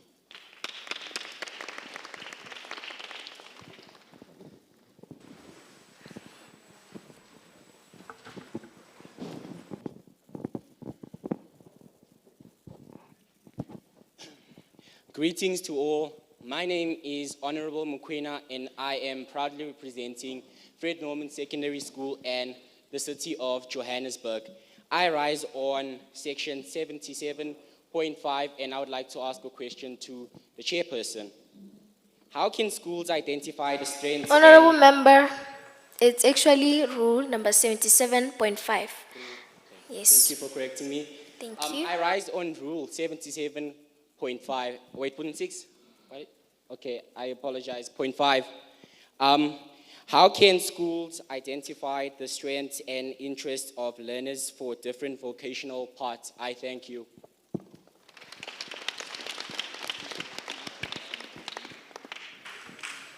Thank you for the question.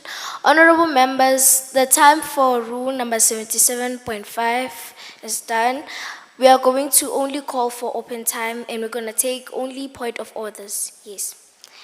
Honorable Sapo, you may address the House. Nkosi Deputy Speaker. Ndikuhloniphile nkokheli. Ndiyayihlonipha indlu yonke, ndiyabulisa. Manibulise nasekhaya ndithe manibukelwe namhlanje. Ndimelana nokuphikisa nayo yonke lento ibithethwa apha Deputy Speaker. Okokuqala into edalba ndiphikise primary school sifocusa ekukhuleni komntwana. I-vocational subjects xa sizozintroduce primary school lonto izasichana sileli loMzantsi Afrika.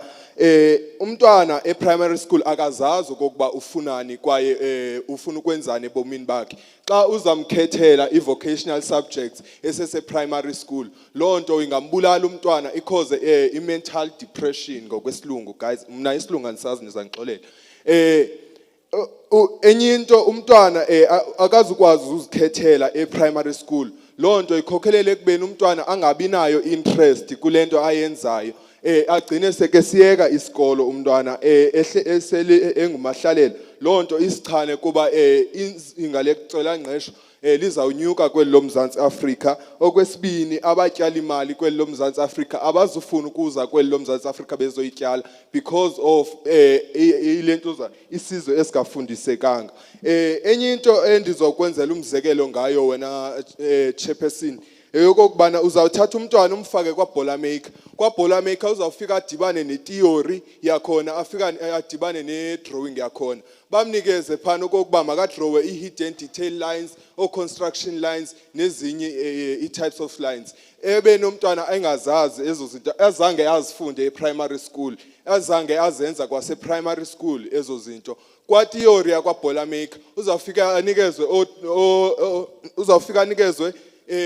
types of gears, which is driven gear, no driver gear. Umntwana akazazi ezo types of gears. Akazange azenze primary school. So ndithi mna mazingafakwa ezi vocational subjects primary school. Primary school mabaqale abantwana bafundiswe ngobomi, bafundiswe ngebasics zasesikolweni ezizakubakhokhelele kokubana babe nekamva eliqaqambileyo. Guys, masingazicompareni namanye amazwe. Amanye amazwe anemali, thina eSouth Africa asinayo imali. Masiyekeni ukufoster guys. South Africa, Londo izasithala sile lo Mzansi Africa. Ekokubana sifuna ukufana namanye amazwe, kanti sibe singenayo imali. Sileli lo Mzansi Africa, masiyekeni ukufuna ufana no China, no Europe guys. Siyacela makungadlaliswa ngelo Mzansi Africa. Lilizwe lethu eli. Kunabantu abafa befela eli lizwe. Kunabantu abalwile belelwa eli lizwe. Otata uNelson Mandela behleli 27 years ejele for eli lizwe. Thina sizodlalisa ngalo. Masingadlalisi ngeli lizwe. I-vocational subject ndithi mazingafakwa mna e-primary school, mazifakwe e-high school apho umntwana sekeqiqile ezazi okokubana ufuna ntoni ebomini, ezazi okokuba ufuna ukwenzani, ezakwazi nokuzikhethela. Ndiyabonga speaker, enkosi.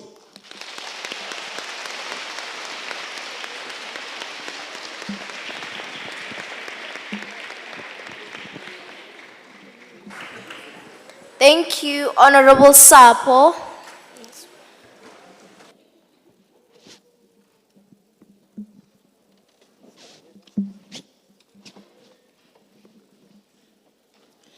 Greetings to the House at large. My name is Honorable Mutsiri, and I rise on Rule 77.5 to ask the Speaker about... Honorable Member, we said we're gonna only allow the point of orders. Yes. Apologies to the House, I was taken out. Thank you. Honorable Uimana, you may address the House. Greetings to the House at large and honorable members. Standing right before you, I am Honorable Uimana, and today I am a proud representative of Tshwane region. I present to you the need and demand for vocational subject in primary schools. Vocational learning is important in our primary schools. As we are in the fourth industrial revolution, where science, entrepreneurship, and technology has become a necessity, vocational learning prepares learners for future employment and job creation, as most employers view job applicants who have a vocational training as an asset. Vocational learning does not pressure learners, but gives them experience and the opportunity to explore different career choices. It helps enhance their creative and innovative mind, which can help build the future leaders of South Africa. It encourages them to come to school, which can help deflate the dropout rate in South African schools. Honorable members, vocational learning isn't just practical skills, it is the future. According to the Kenya Institution of Curriculum Development, the implementation of vocational learning in primary schools in Kenya has resulted into a 78% improvement in learners' participation and engagement in classroom activities. This has shown the benefits of vocational learning in primary schools. Parents' engagement is crucial to promote vocational learning in primary schools. Therefore, parents can be encouraged by showcasing role models who have prospered through the subject, thus showing the value of the subject. Government intervention is also important to promote vocational learning in the early years of schooling. Government should allocate necessary funds to support vocational learning in primary schools. As in the South African Schools Act number 84 of 1996, section 34, subsection 1, the state must fund public schools from public revenue on an equitable basis that will ensure the proper exercise of the rights of learners to education, not just academic education, but also vocational education. So let us support vocational learning in primary schools. Thank you.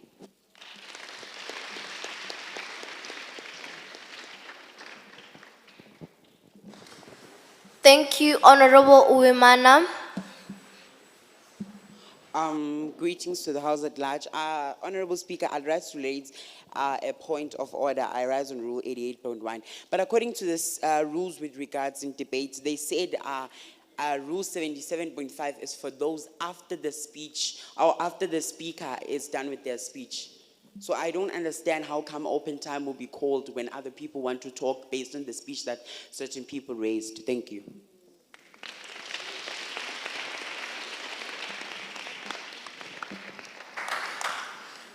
Thank you, Honorable Member, for the question. Well, time is not on our side. Well, that is why we don't allow rule number 77.5. Okay. I now call for open time and will only allow 4 participants to speak on a debate. Also note that participants who are on the speaking list will not be allowed to speak during open time. Also, do not forget to mention your name and rule number 77.7. Thank you.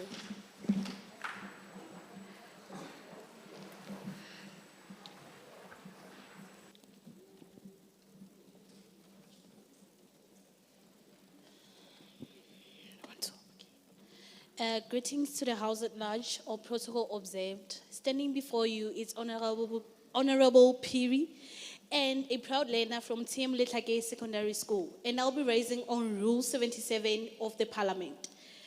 I think introducing vocational subjects in primary schools can have a significant impact on learners.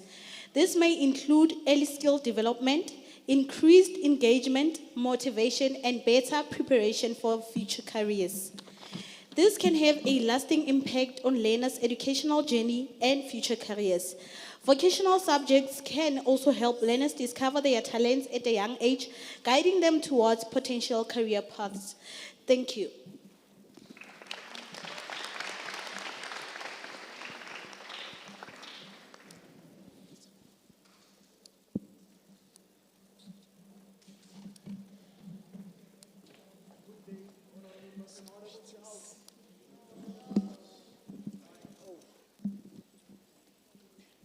Good day, honorable members. Standing is Honorable Mulifi, representing Dr. Mulifi Oliphant, Math Science and ICT School of Specialization.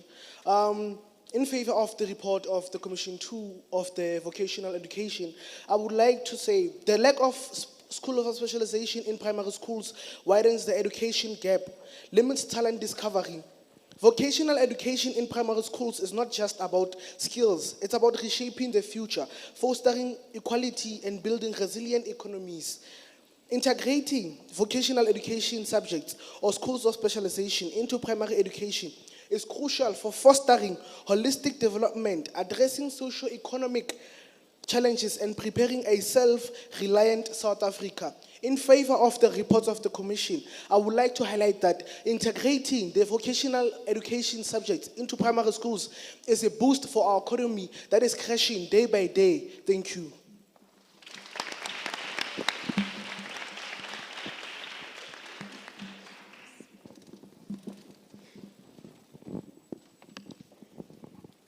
Good day, honorable members, and greetings to the House at large. I rise on Rule 77. I am representing a school.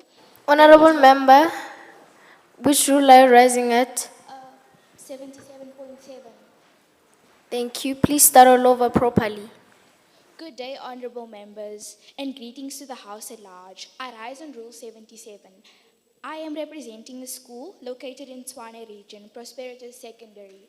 Vocational learning isn't just about adding technology that impacts how children learn, but it is about opening up on education and also potential for learners who have given up on education. And not only that, but it is for children who are willing to pursue their dreams. Vocational learning will help many find interest in helping learners prepare for the world outside of school and teaching them skills which could promote self-employment skills. Thank you.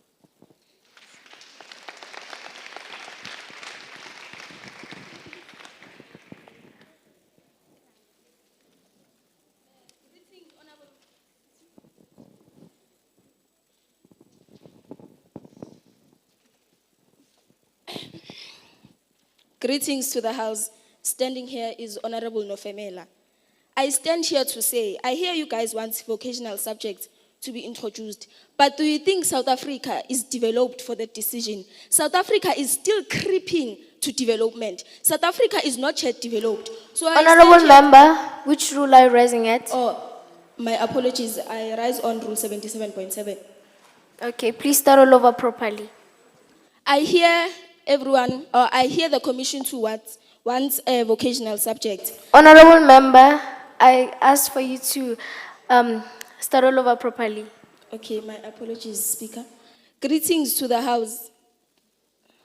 Standing is Honorable Nofemela.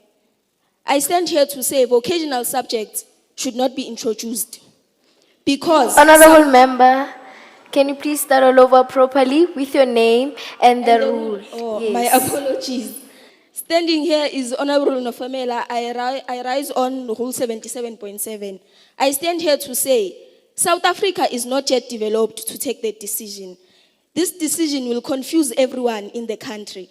This decision will confuse everyone in schools. The education system that we have now in South Africa, it's okay. Even now, the government cannot handle this education system. Because why? We go to homes, still one doesn't have a textbook. We have to share. How about computers that will be there? We have to share too. It doesn't make sense. So I stand here to say, South Africa is still creeping to development. Let us relax. Let us not compare ourselves with China. The next thing, we will be getting rumors saying Ramaphosa has sold computers to China. We are now linked to China. When there is a fight between South Africa and China, all the vocational subjects will be down. Thank you.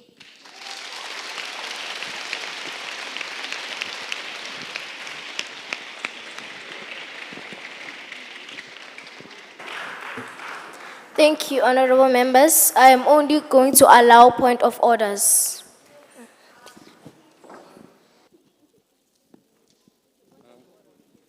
Point of order. Greetings, honorable members. I am Honorable DeAndre Mukwena. My point of order, there's many honorable members who have been raising their hand and you haven't picked them first, which is very unfair. And I thank you.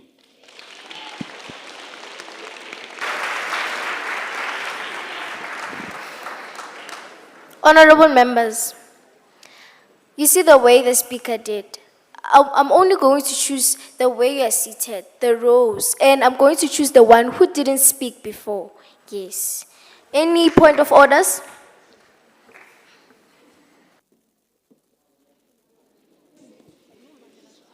Honorable Speaker, most of us didn't even speak, but you are ignoring us because we are mostly at the back and most of us are short. May you please be considerate of that?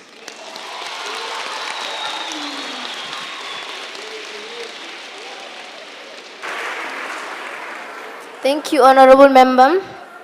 That is noted.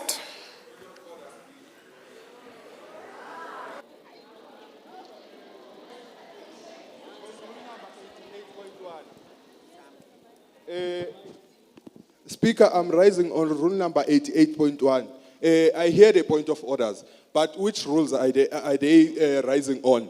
I have the rules in my hand. Which rules are they rising on? Please, Speaker, let us use the rules. Thank you.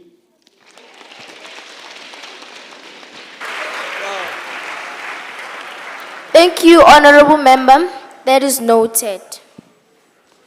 Honorable member Tato Chere, please reply to the debate and move for the adoption of the Commission's report.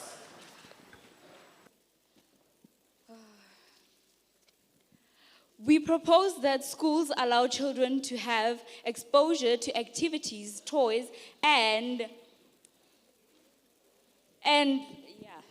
which would then be considered pre-vocational subjects, preparing learners for the main vocational learning. Vocational subjects should be integrated in mind of learners' ages. After all, we never did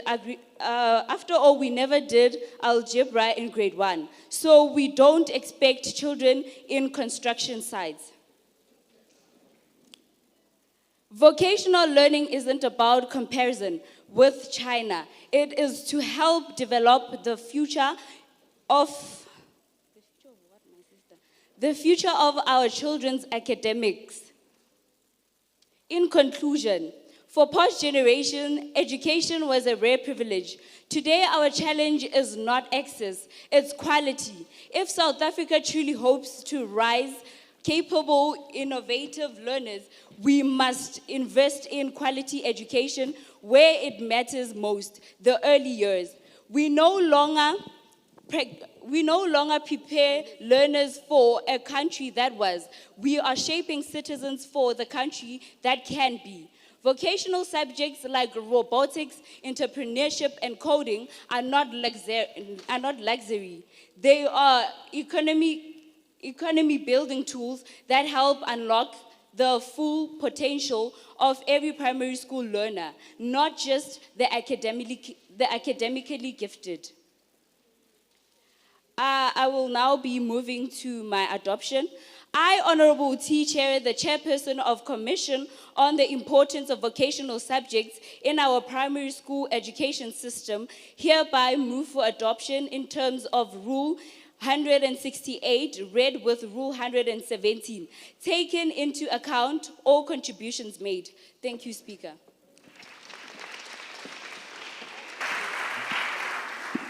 Thank you, Honorable Chair. I now call for a seconder.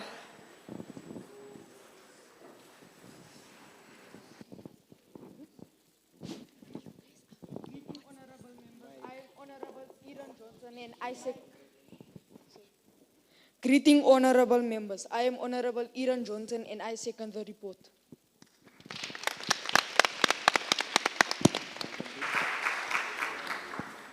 Thank you, Honorable Member. I now put the question. All those in favor say yes. All those not in favor say no.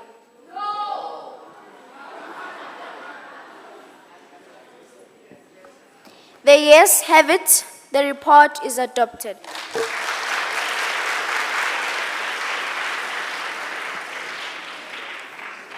Kindly hand the resolutions of the Commission on the Impact of School Infrastructure on Provision of Quality Learning and Teaching.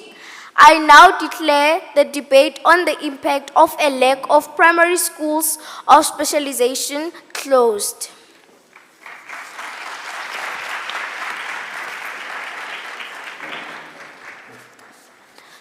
I will now have the speaker. Oh, okay. You may.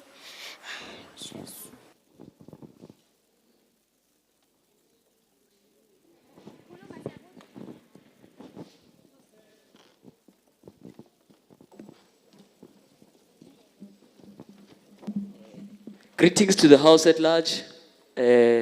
Ndizawucela ngothetha nolwimi lasekhaya. Ndiyabona i-ups and downs, abantu bayaphuma bayangena without respecting imithetho yendlu. People have to bow to the speaker before they exit or enter the premises. And I am rising on Rule 88.1. So can we please respect the House rules and let's have a productive day, Bantu bakuthi. Enkosi.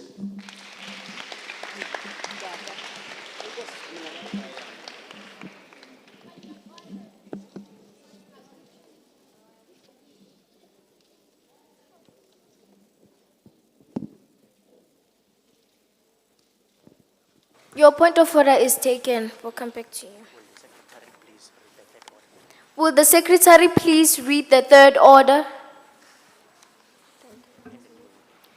Good day, House at large. I am Honorable Kirsten J.D. Moodley from the city of Tshwane, representing Springvale Primary School, and I will be reading Order 3, which is Debate on the Analysis on the Effectiveness of Comprehensive Sexuality Education.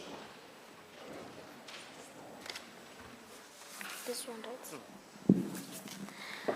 I would like to take this opportunity to thank all the honorable members for your contribution.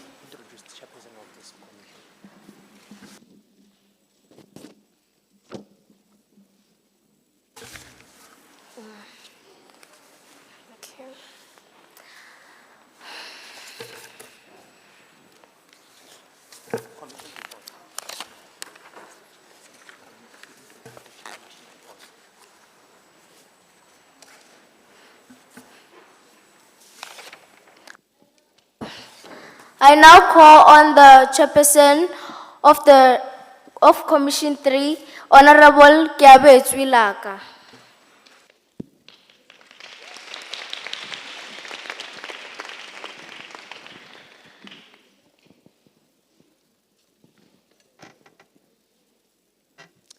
Body autonomy is a fundamental right. Educate to empower. Sexuality is a spectrum. Education is the bridge to understanding. Like Nelson Mandela said, education is the most powerful weapon to change the world. Greetings to the Honorable Speaker and the House at large. I am Keba Abetsulaga, the chairperson of the Commission on Comprehensive Sexuality Education, Commission 3. Sexuality education is a necessity in a country where over 2,700 girls under the age of 16 have given birth in the last financial year, and where over 12.8% of the population live with HIV and AIDS and STIs. According to the World Health Organization, comprehensive sexuality education is an effective approach to improving young people's sexual and reproductive health knowledge, attitudes, as well as their behaviors. Several evidence has suggested that comprehensive sexuality education can lead to delayed sexual debut and improved knowledge about sexuality and relationships. The CSE was introduced into the curriculum in the subjects life orientation and life science, life skills, to ensure that learners do not get confusing and misleading messages on sex, sexuality, gender, and relationships. The core aim of the CSE and the then new structured lesson plan was to help learners build an understanding on concepts, content, values, and attitudes around sexuality. This was advocated for the provision of life skills education in pre-primary, primary, and secondary schools. The course was initially only taught in grades 4 to 6, where learners were taught about basic body parts, personal hygiene, safe and unsafe touch, as well as their right to say no and set boundaries. It was eventually scaled up to cover grades R to 12 due to the establishment of various national policies and strategies. The education sector's first effort at responding to the impact of HIV on the schooling system was the implementation of the 1999 National Policy on HIV and AIDS for learners and educators in public schools and students and educators in further education and training institutions. The importance of sexuality education in acquiring information and forming attitudes and values about identity should not be played down on. Comprehensive sexuality education is more than teaching learners about the anatomy and physiology of reproduction. It encompasses sexual affection, intimacy, body image, and gender roles.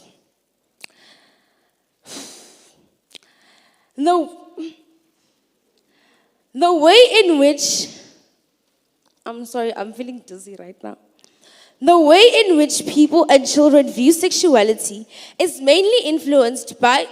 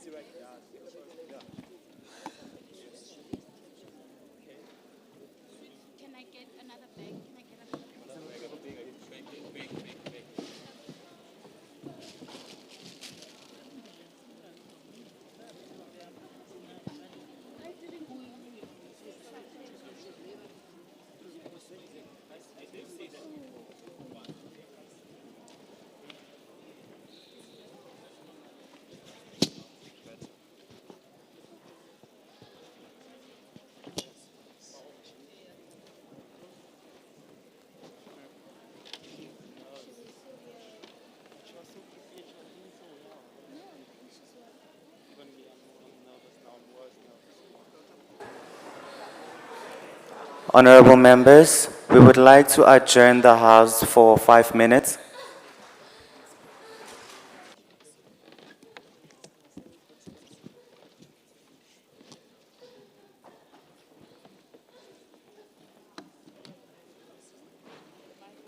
Sergeant of Arm, please remove the mace.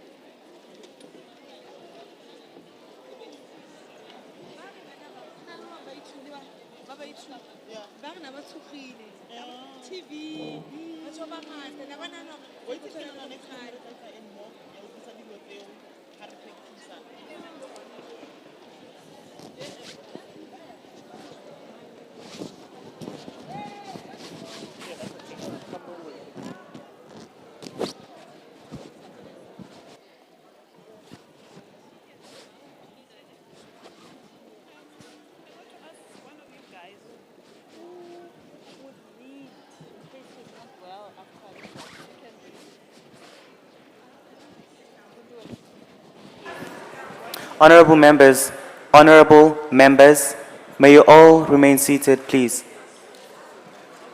Please minimize the in and out.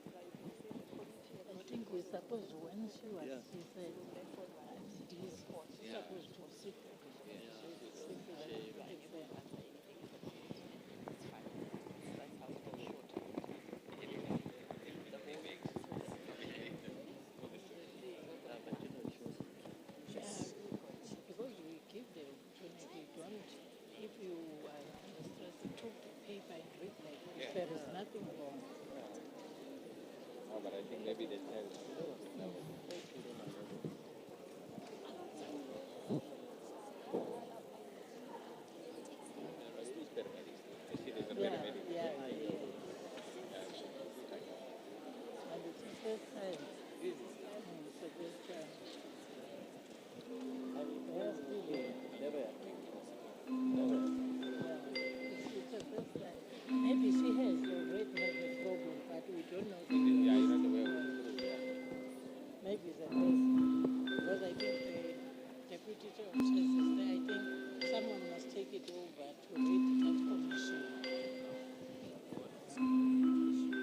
You know, when the devil is jealous.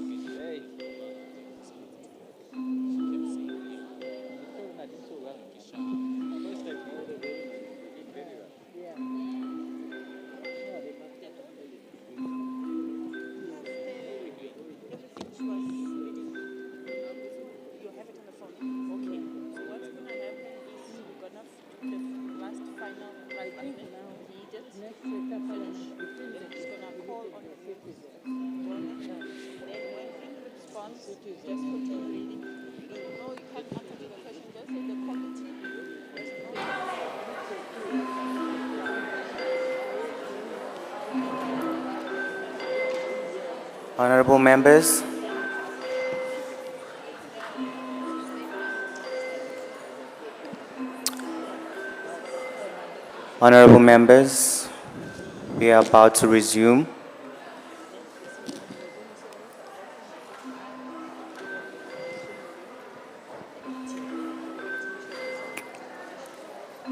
May we please minimize the noise?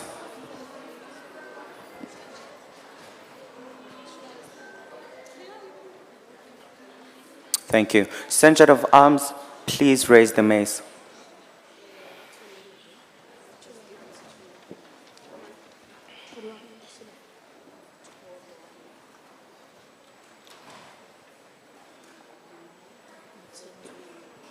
Thank you.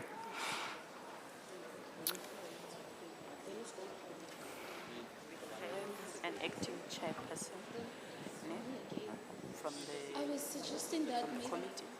the acting chairperson can rise and continue. They're willing to start from the start. Okay. Like just call the acting chairperson. She's continuing. Yeah. No, but the chairperson's one. Exactly. You are the chair now. Yeah. Yeah. You are the chair now, so I'll do your speech. Okay. Yeah. Let him do your speech. What's your speech? You're supposed to say no, sit down. That's why I was suggesting that you read this one because I'll be here to guide you, ne? yeah. I'll be here to guide you. So now we remove you. Yes, you can do this again. So, you will be the chairperson for The 18 You will just invite you, but Even myself, I was attending. Honorable members, we are going to resume with Commission 3. Honorable Abrams, may you please address the House. The new chairperson will do the closing report.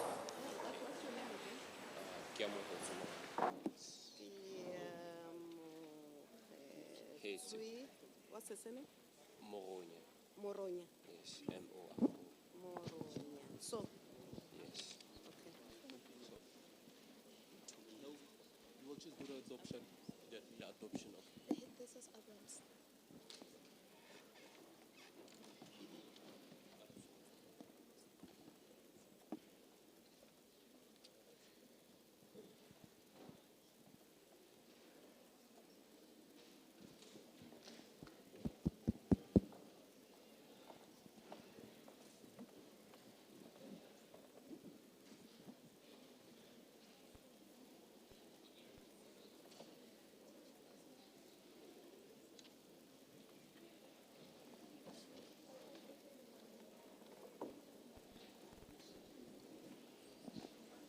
Stinks.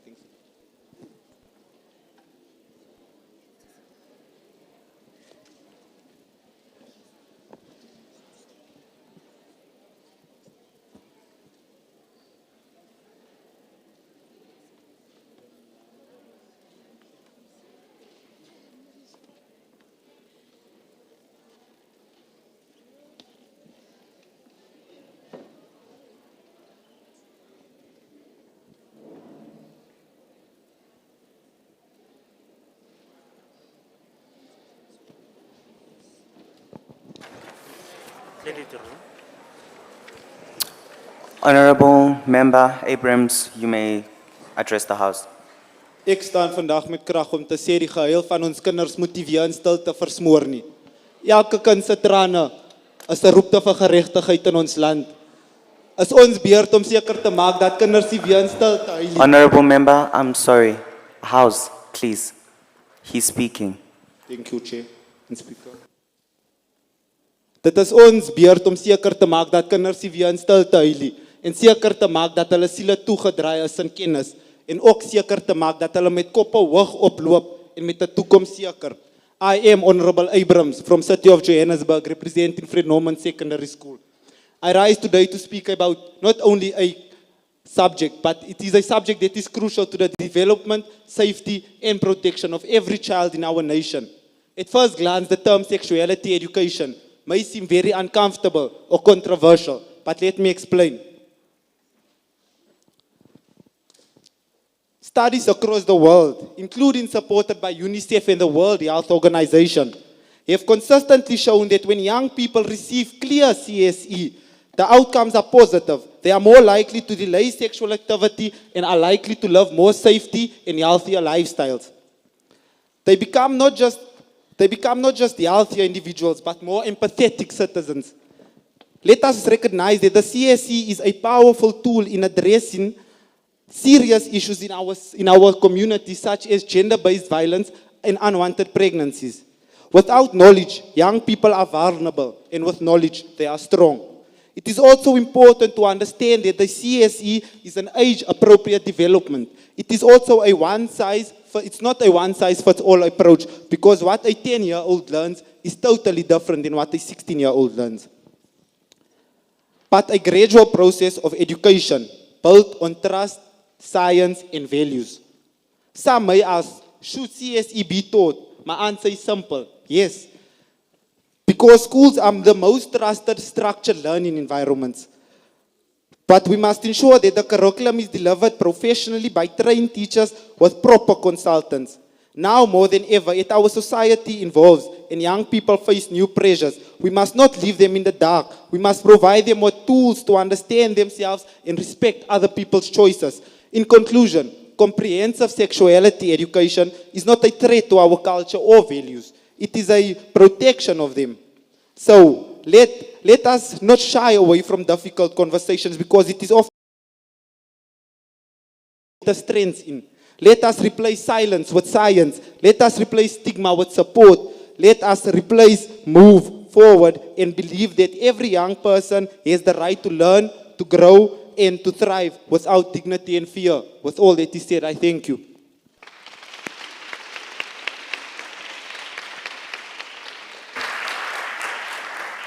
Support systems, and even sadly, in their very own homes.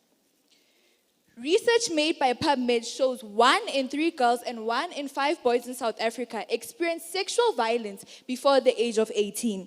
Many of these children are coerced into sexual acts by people they trust, teachers, neighbors, transport drivers, and even family. At school, learners report facing sexual harassment, inappropriate advances, and in some cases, sexual assault by teachers. In many cases, the abuser is known, which silences many victims. When speaking up, disciplinary processes are rather slow or unfair, and victims are often re-traumatized or shamed.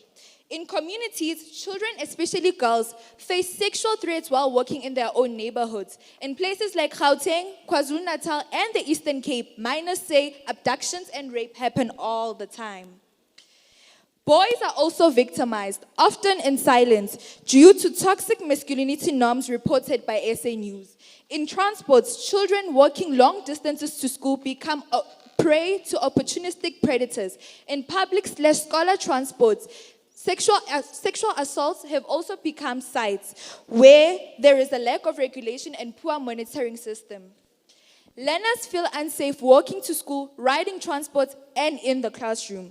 In many provinces, rape, harassment, and abuse have become a part of their daily life. We can no longer pretend that boys aren't victims too.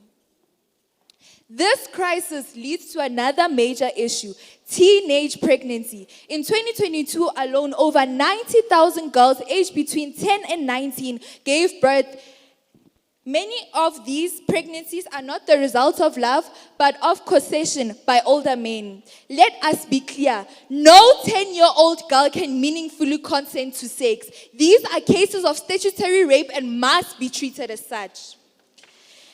However, in the last financial year, a study conducted by ResearchGate and the Northwest University found that girls who were taught of CSE had lower odds of becoming pregnant. The combination of regular schooling, CSE knowledge, and motivation access to safer sexual practices, effective CSE delays early sexual debut and improve contraceptive knowledge and usage.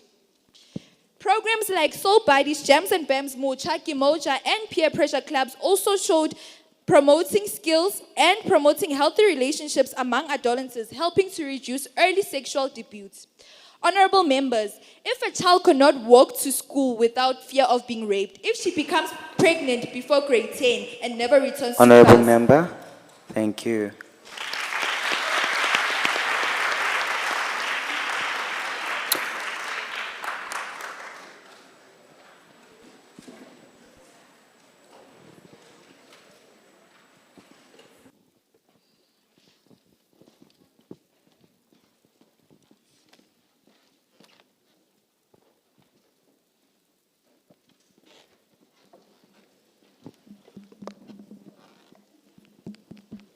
Greeting once again, honorable members. I am Honorable DeAndre Mukwena, representing Fred Norman from the city of Johannesburg. I would like to rise on Rule 77.5. Does comprehensive sexual education lead to the reduced rates of teenage pregnancy and sexual transmitted infections such as STIs and AIDS? Or does it encourage promiscuity, and how can sexual education be designed to promote healthy relationship quality? I thank you.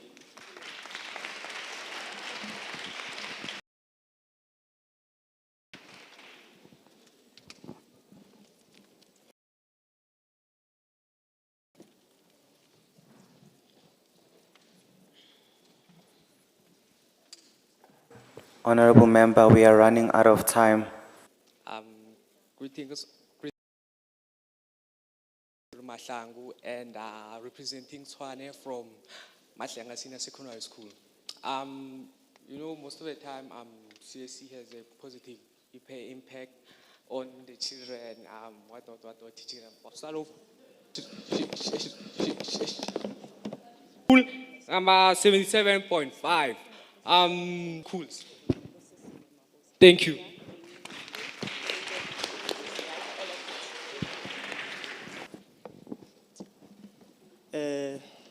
Greetings to the House. I go by the name of Honorable Kumalo, and first and foremost, I would like to wish a speedy recovery to my chairperson. And I would like to touch on a topic that is very sensitive. So, ngifuna ukusho ukuthi iCSE ine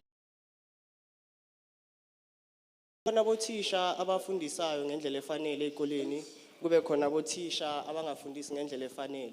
Labo bothisha ukuthi sezicalile seziba na ucansi, kodwa ke abakhona ukuthi bathole ulwazi olwanele ukuthi ngalento abayenzayo. Manje ngifuna ukusho ukuthi khona abothisha ezikoleni la uthi ungene eklasini uvele ujabule nje umoya wakho uvele uphakame ngenxa yokuthi usuke ungene endaweni obonayo ukuthi usuke uphephile kuyo.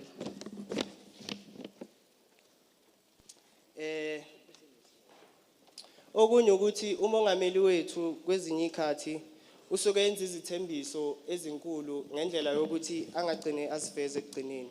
Lapha mngwami nginezigubhu ezimbili ezi represent government. These are the promises that are being made to us each and every year versus the results that we get normally at the end of the year. So ngifuna ukusho ukuthi umongameli naye unomthelelo ekuthenini ukuthi akakwazi ukuthi asinikeze ama-equipment kanye nezinto ekumele sifunde ngazo each and every year. Manje ke ngifuna ukusho ukuthi umongameli akuyona inkinga, kodwa ke ekuthenini nabazali nabo kwenzeka ukuthi bangafuni ukuthi bafundise ingane zabo ngendlela zocansi kanye nakho kunye. Manje ke ngifuna ukusho ukuthi kukhona ingane ezineminyaka mhlawumbe 5 and manje kubhlungu ngoba abantwana abaningi esikhathini samanje ba-own ama-smartphones and kwenzeka ukuthi umntwana athi abhize efonini avele abe redirected to a certain adult content website. So umntwana onjalo simthini yena? Ngifuna ukusho ukuthi khona indlela ekuthenini ukuthi ufundise abantwana ngento eso njengokuthi maybe mhlawumbe you can't just say there's a penis and then there's a vagina and nobaba waters the seeds at the end of the day kwenzeka ukuthi kuvele umntwana. Zikhona indlela zokufundisa umntwana ngendlela efanele. Njengasesikolweni angeke siqale ku-algebra ekuthenini kumele siqale kubo 1 plus 1 ekuthenini ngale example ngizama ukuthi abantwana kumele siqale sibafundise from eminyakeni emincane ukuze mabafika phezulu le bangacakeki.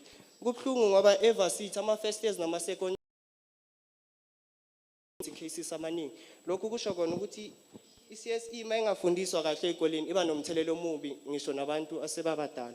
Manje ngifuna ukusho umongameli kumele aze nendlela abe receptive towards ama-ideas we-youth and nendlela abenza ngazo izinto ekuthenini kokuthi mhlawumbe basebenzisa ama-social media influencers or ama-pop-up app. Greetings to you all. I go by the name of Honorable Nogulunga Shongwe, and I am rising on rule number 77.7. So, in essay,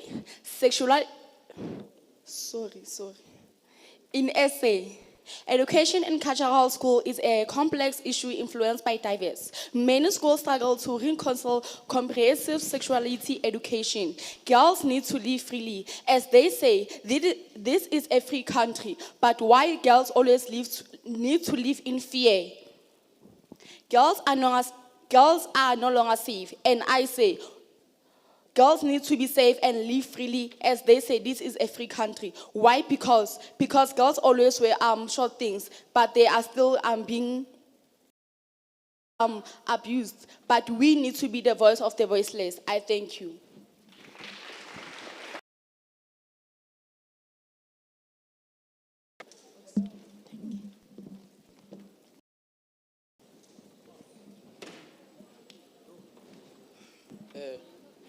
Greetings, honorable members, rising on Rule 77.7. What I would like to say is that sexuality education may look useless because or teaching methods. This may happen when the way this lesson is being taught perpetuates both issues, discourage learners from seeing this lesson as a useful thing. The solution is that the content of textbooks that teachers who teach CSE in schools be formally trained about how to teach CSE, as it is a very sensitive topic. Negative stigmas around CSE. Thank you.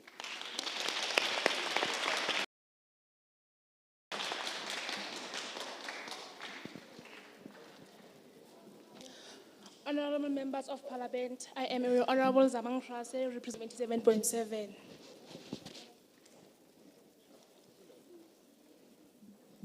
CSE provides young people with accurate and age-appropriate information about sexuality, enabling them to make informed decisions about their sexual health and relationships. Studies have shown that STE can lead to increased condom use, reduced rates of sexually transmitted infections, STIs, and young adolescents. Promoting healthy relationship, STE helps young people develop. Honorable members, please note that only 4 participants. One. So if you are not chosen, I'll note it. So if you're not chosen, please understand that not everyone can speak. I heard a point of order. Yes. Greetings again, honorable members. I would like to rise on Rule 88.1. With all due respect, Chair or Speaker, you mentioned that you will be choosing each speaker according to each seating, right? But this side, you chose 2 speakers in the same table, while there are people this side. So with all due respect, please be fair, Speaker. Thank you.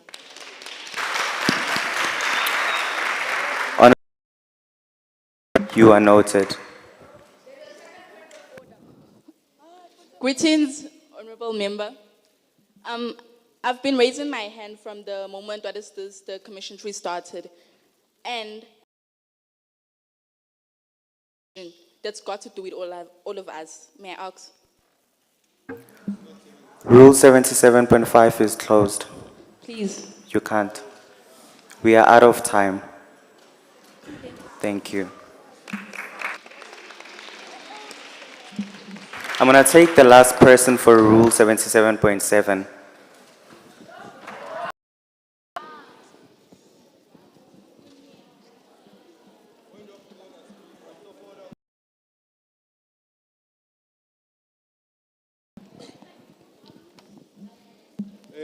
Thank you, Speaker. I'm rising on Rule 88.1. Guys, the Speaker. Honorable member, thank you.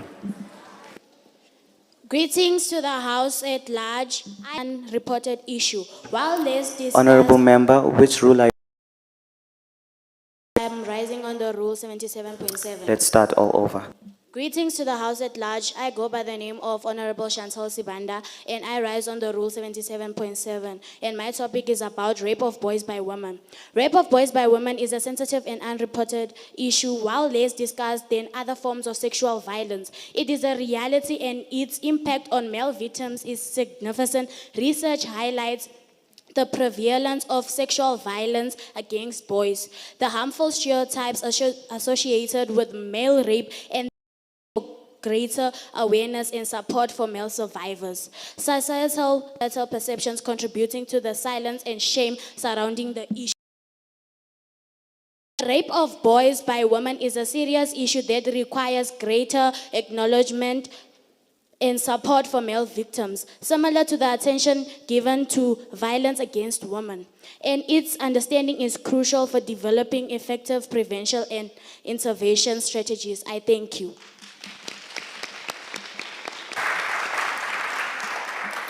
I now call on Honorable Kiabe Tulaka. Report.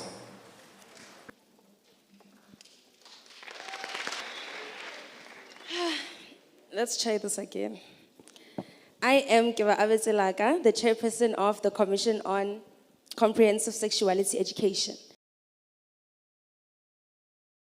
To be deconstructed, openly discussed, and debated if we want to practice the inalienable human education and reclaiming the innocence of the children of our country. On the topic of reclaiming the innocence of the children of our country, how do we reclaim the innocence of young girls who are forced to drop out of school or leave school due to sexual harassment, gender-based violence, or what society calls your legs for a boy, teenage pregnancy? The innocence of young boys who are molested and raped but are unable to speak because society has only taught them how to not cry, and Health, published in 1999, it clearly outlines education. But here is the question. Could comprehensive sexuality education actually be the key to unlocking a safer, healthier, and more empowered youth? The importance of sexuality education in identity should not be played down on. Comprehensive sexuality education encompasses sexual affection in gender roles. I, Honorable Keba Abetsulaka, the chairperson of education, hereby move for adoption of in terms of Rule 168, read with Rule 170, taking into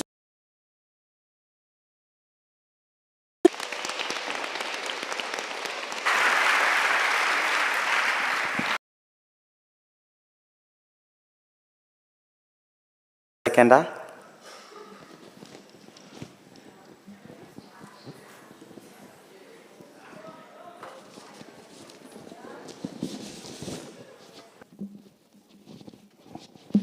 Greetings to the House at large. I'm Honorable Kumalo representing Protea Glen Secondary School number 2, and I call for the report. Thank you.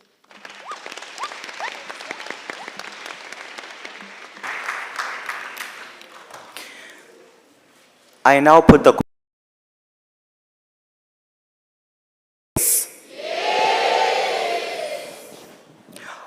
all those who say no. The yes have it. The report is adopted.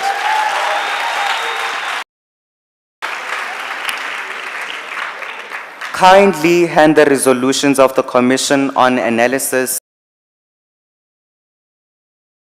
Sexuality Education.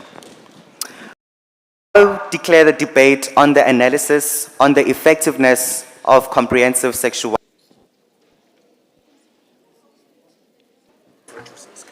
Okay. Honorable members, honorable members, honorable members. Do I have your attention for your contributions in the various debates? I would Social Development Committee, Honorable Dr. Klo Chokwe, and invite him to give a summary of debate, receive the resolutions, and deliver closing remarks.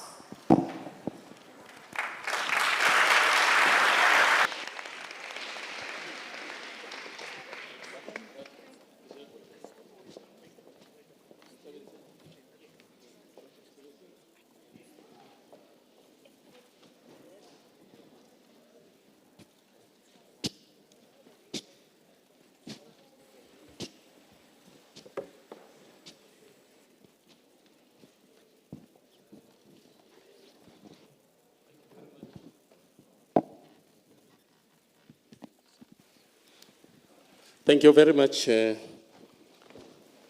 Speaker, Honorable MEC in absentia, the Honorable Chair of Chairs and Honorable Deputy Chair of Chairs, Honorable Members of Children Parliament, the Independent Electoral Commission, distinguished guests, ladies and gentlemen, thank you very much. The straightforward summary on this debate. I owe this mainstream and other efforts by the politically elected government, where our Stalwandwe Madiba made sure that lots of acts or bills that protected our children were here and less health on children. Your inputs were need parliamentarians to sit and look at the acts and see if they can amend the bills and amend the acts. Vocational subject in primary schools, we also had that. I am breaking to be a member of parliament. And it is very, imagine how we feel when we are in parliament having to face opposition leaders that we know for research, and they are going to be questioning the executive authorities, and there is no way you can run. So mine is very simple, is to say this, we will take them and then we will file them, share them with the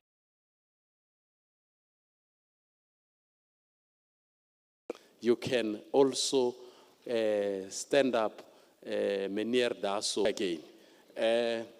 I would like to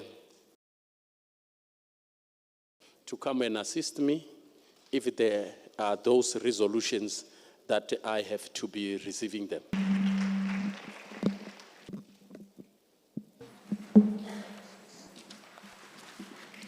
Honorable members, you all for the debates. I am Honorable Kaya Chisani, and it was lovely being yours. Kindly requested to proceed to the front of the building for a photo session immediately after the sitting. You are also invited to join the GPL for lunch at the prepared place. Before I can conclude the business of the day, as we all rise, I now take this opportunity to request all participants to sing "We Are the Children" song, and after request, they are supposed to just close.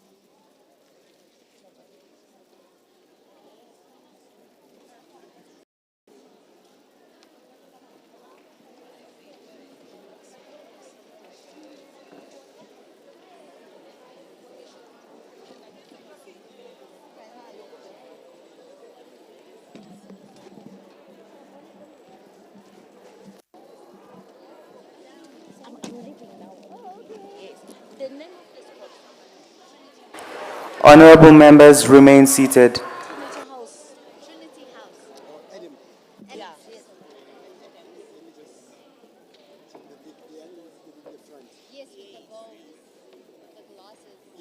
This is her mother. Oh,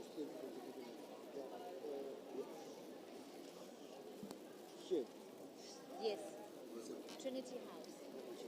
Trinity House, Little Book. What's the name? I'll write it.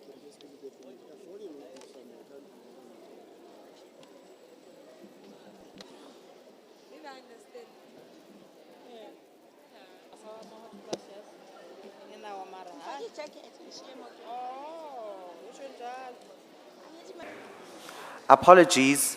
We are going to move to closing remarks by the Deputy Chairperson.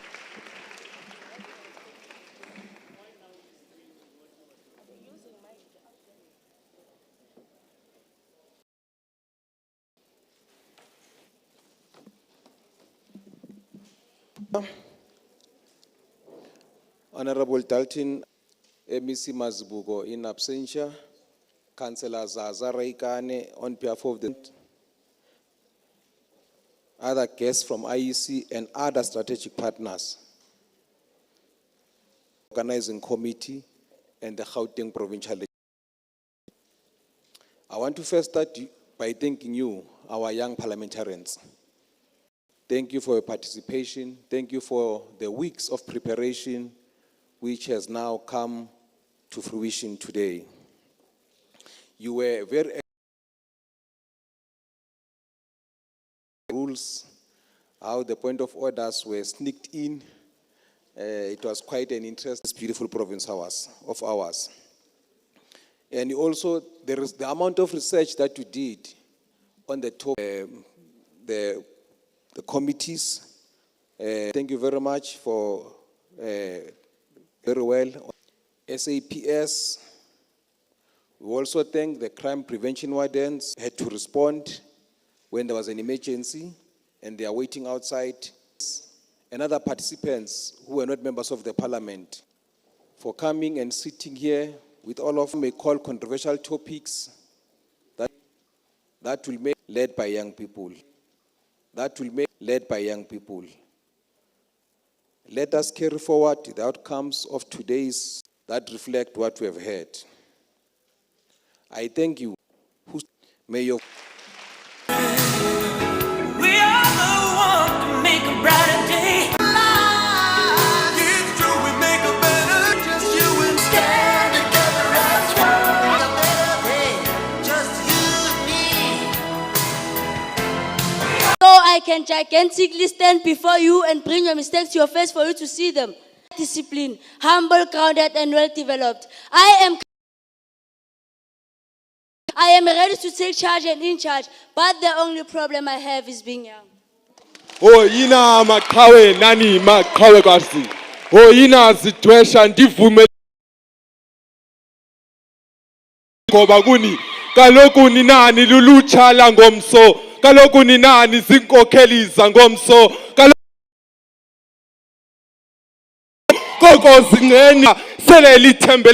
Very much. I'm going to do the announcements. Very much. I'm going to do the announcements.